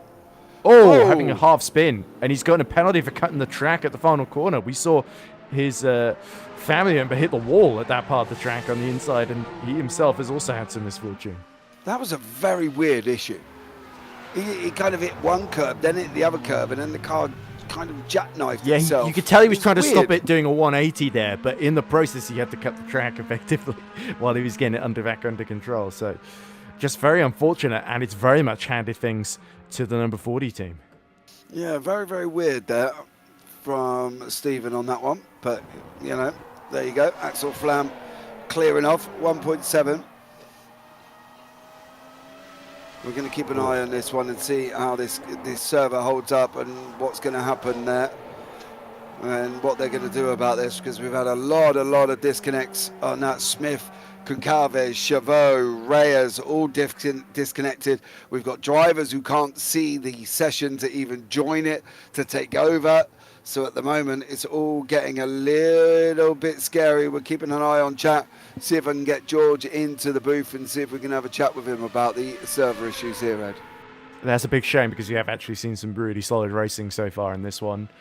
But yeah, obviously a couple of disconnections might be a little bit kind of, you can sort of brush that off as it does happen sometimes. But yeah, when you see a load of drivers being disconnected, it's really unfortunate. So yeah, just the circumstance of the main server being under maintenance, and yeah, it's just a couple of cars that cannot change driver at all because the other driver can't get in the server. It's something that has happened before as well. So we'll have to see what the procedure is. But yeah, let's hope we can complete and that the rest of the race runs smoothly. But so far, it doesn't feel like these issues are going away. No, it definitely doesn't. I'm trying to see if I can get George into the booth. I've just dropped him a message saying, can you come to the booth and we'll have a chat about it and see what the outcome will be. But we're going to find out whether or not this is going to be something that's going to continue, or how this is going to work out, and whether or not they're going to rerun this, Ed. I'm not really sure how they would go about this one, to be honest. They could red flag it before the end and call the results, but then with the fuel strategies playing out, that could be a bit controversial as well. You also see that look at the GT3 Pro lead battle. Troy Uyen is being caught by about a second a lap by David Yunt then. So Yunt, using all of his experience, having done pretty much the vast majority of the race. It could also be that they're one of the cars that cannot change driver, because I don't think, I'm not certain if we've seen JT Tammy in the server at all, pardon me. But yeah, we'll have to see then how that is going to impact the lead fight then, because I think it could get messy. It's almost a no-win situation no matter what the organisers do, because if they red flag the race early and just call the results in the next few minutes' time, there'll be people who say, well, we just pit before you red flagged it and we didn't know that was going to happen. And then there'll be people who say, well, why don't we reschedule the race? And there'll be people that can make one date but not the other. It's just going to get messy. There's no scenario, there's no solution here that's going to please absolutely everybody then. So, yeah, certainly the people who are out of the race would be quite happy for it to run it again, though. Particularly Alan Smith, who looks set to win it for a long while there. Yeah, this is it. I've just had a message from George saying, just hold on a minute, maybe a red flag situation. So... let's see. Ryan Paul Reyes was able to get back in, but then the game crashed. So unfortunately, he's now still out here. So there we go. Carl, welcome into YouTube chat as well. Thanks so much for joining us on that one. It's getting a little bit of a hairy situation here with this at the moment. With what's the word I'm looking Instability. for? Instability, that's the one. I was going to say unstableness, but I don't even know if that is a word, Ed. The instability of the server at the moment. But yeah, it's all getting a little bit, weird, I think, at this moment in time, Ed. Oof. Well, same as there was in VWSC then. Keep it weird. Oh, but it's just RF2. Yeah. This is the thing. It's just RF2, so yeah, I think that's just one of the problems, isn't it, at the moment? Is we keep a little bit, yeah. I think it's because the developers have moved on to another game named after Le Mans, funnily enough. So it is kind of a sort of orphaned piece of software, as it were. It's not getting a whole lot of support, sadly. Although still plenty of mods, still have user-created content. Then in terms of it's still a really, really good experience, but the problem is sometimes with online races you do get unstable servers and things like this that happen, and I think we just come to accept it as a little bit of an occupational hazard at this point, unfortunately, with RF2. Especially with these endurance races, where the longer the race is, the more likely it is for something to go wrong, is the problem. Yeah, it's a little bit scary, though, because you wouldn't really want to be out. Now, 5 of us competitors have been disconnected through no fault of their own. Zach, I get it. Dude, I do get it, and it is frustrating. We were just literally talking about that as well. It's a horrible situation because, obviously, you reschedule, then people can't make dates. You red flag it, then people out in the lead are going to be unhappy, like the likes of Michael Locke. But then again, Alan Smith disconnected, so he would be happy because he looked like he was on for the win. It is really quite, and it's a no-win situation. Ed, would you kind of agree with that? Yeah, as I said, there's no solution that's going to please absolutely everybody. I will say that when we talked to Smith, he was incredibly, like I said, no fault of his own, but he was incredibly good-natured about it. Okay. Due to multiple server issues and the unfair of the situation that people are experiencing, it doesn't, it just says unfair in YouTube chat, but I think it means unfairness of the situation that people are experiencing, we as admin team, we are red flagging the race. We will let you know of the following steps as they come, and that's just come straight out of the mouth of George Angeli. Well, straight out of the fingers, I should say, because he typed This could be controversial then, because Lalonde has just gone through into the lead as Michael Locke's come out the pits then. It's a lot of effort put into this by all teams. It would be a shame not to let them race. I agree, Zach, I agree. But, hey, listen, it's going to be red flagged. We will find out more as it goes on, and we'll see what goes happen. We will keep going, and we will keep going until what time we are told. Otherwise, Takanashi's on the right-hand side there. Why is Takanashi on the right-hand side? I don't know. Has he just been told that it's being red flagged, maybe? Yeah, I think that could be the situation at the moment. Now, the question is, do they go back to before Michael Locke pit if they do red flag it, or is the race going to be invalidated either way? They've got to restart from the beginning. I, for one, because of the nature and how long this race is, I, for one, don't want it restarted within an hour. I've got to be honest, because otherwise me, you, and poor old Paul have been going at this for, I don't know, it'll be almost silly, like 7, We don't get paid overtime hours. either. No. So I'm hoping there'll be another date, and then we will have to look and see what we can do on that one. There. So we'll keep an eye on that, as Peter Meyer looks like he's just got the pit entry all wrong at the same time. So we'll keep going until what time people have stopped or pulled over or whatever, and then we will go from there. Holden's pit lane, Meyer's pit lane, Ichazo pit lane head. Yeah, it could be that they're being told as they come into the pits, because often some teams do let the drivers get on with it, but if there's an important message like the race is being red flagged, they will probably be informed of that. And yeah, certainly there's the number 2 Cadillac crew will have a little bit of pride because they were leading when it was red flagged, but still, if it's red flagged and the race is nullified and moved to another date, it's not going to count for a whole lot because they won't get any points for it. But still, you know, certainly we were a treat to some entertainment. It's a shame that things have panned out this way, because it does feel a little bit like we just wasted the last 2.5 hours or so. As we see, that's Michael Locker's come to a stop, I think, on circuit, and that's like Tom Lane through. So yeah, I think everybody's in the same boat. They're all stopping at the moment. George is jumping down. I'm literally following his name, jumping down the voice chats currently at this moment in time. So he's trying to go through all of this to try and get at some point for this to finish. I guess in the meantime, I think we just carry on and keep going until what time it's all stopped, I guess. I don't really know. I don't think Jules Lalonde wants this to stop the way he's driving. But he may not have any choice in the matter, sadly. No, I don't think he's going to have, and you are right, because I don't think... It's not like we lost Overton. I think he may have retired deliberately. Takanashi's DNF, Jacobs, Overton's out. Yeah, I think some of these have just pulled over because of the notification and gone, thanks very much, it's time to go, you know what I mean? Yeah. Jules Lalonde's thinking, why is everyone else dropping out? This is brilliant, and not realising that there's been a red flag. This probably being about to be told then. But yeah. Yeah, I'm trying to find out where George is in the voice chats. Hold up, I'm just scrolling down now. He's down with David Junt and JT Tammy at the moment, so he hasn't quite... You're just coming in the pits then, so that makes sense. Yeah, I think that's going to be the end of it.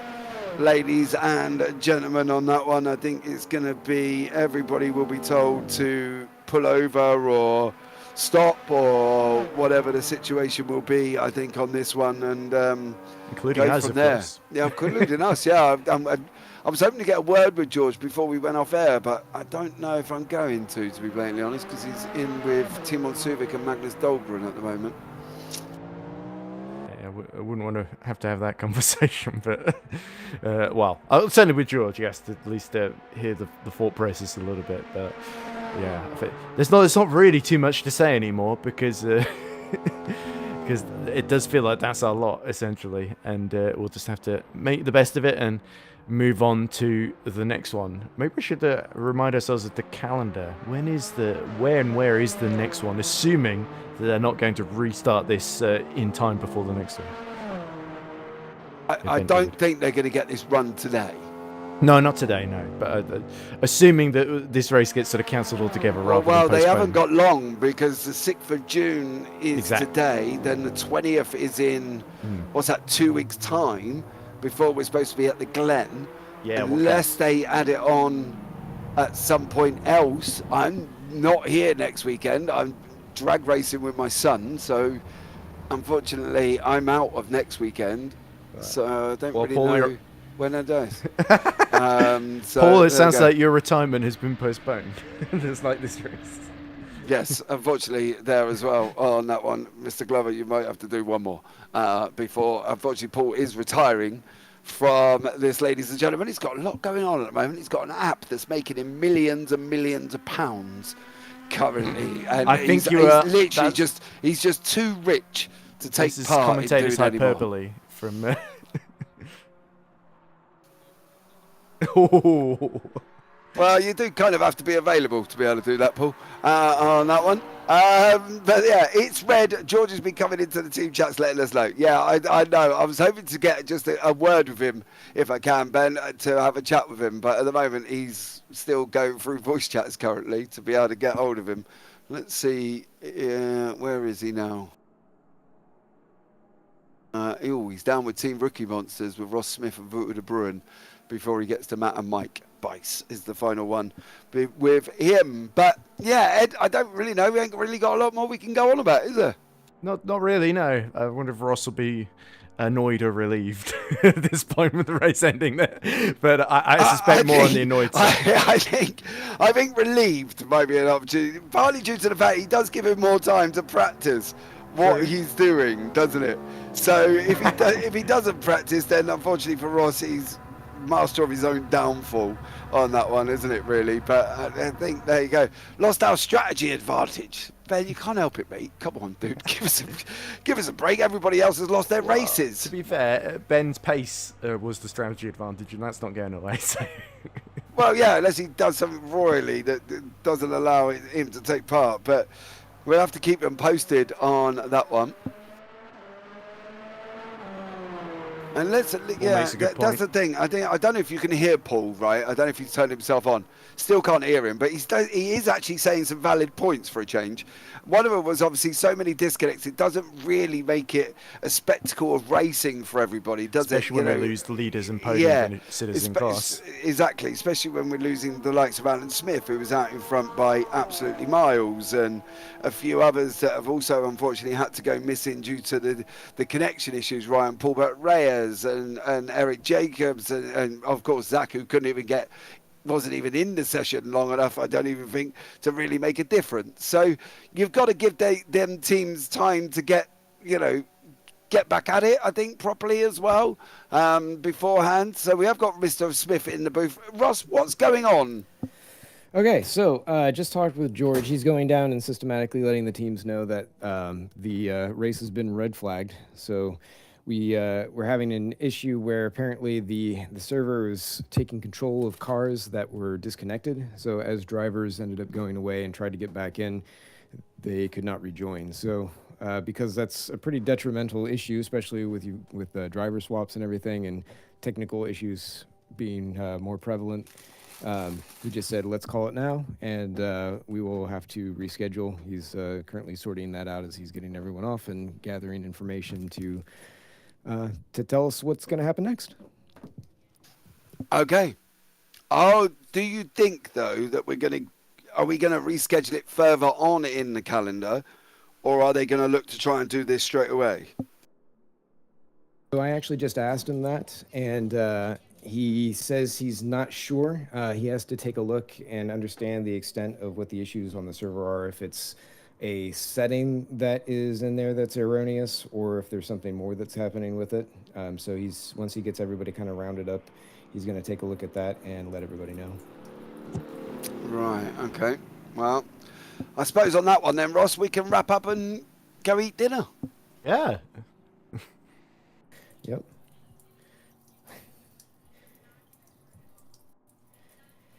I think that I haven't talked with them yet, so I can't say for sure, but I imagine that they would be understanding. Most of the guys who are in here, they get it.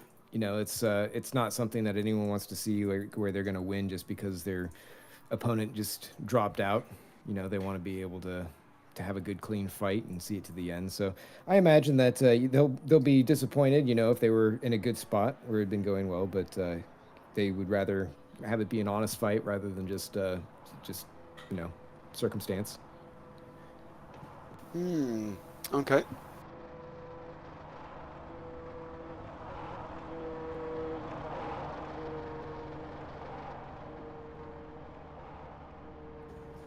%, yeah. Okay, well, it sounds like we're going to wrap this up. Oh, we have been joined by George. George, welcome in. Hello, guys. Hello, mate. Come on. You know what I mean? We've seen them all disconnecting. We've seen drivers can't get into sessions. We've seen RF2 taking over cars that aren't there.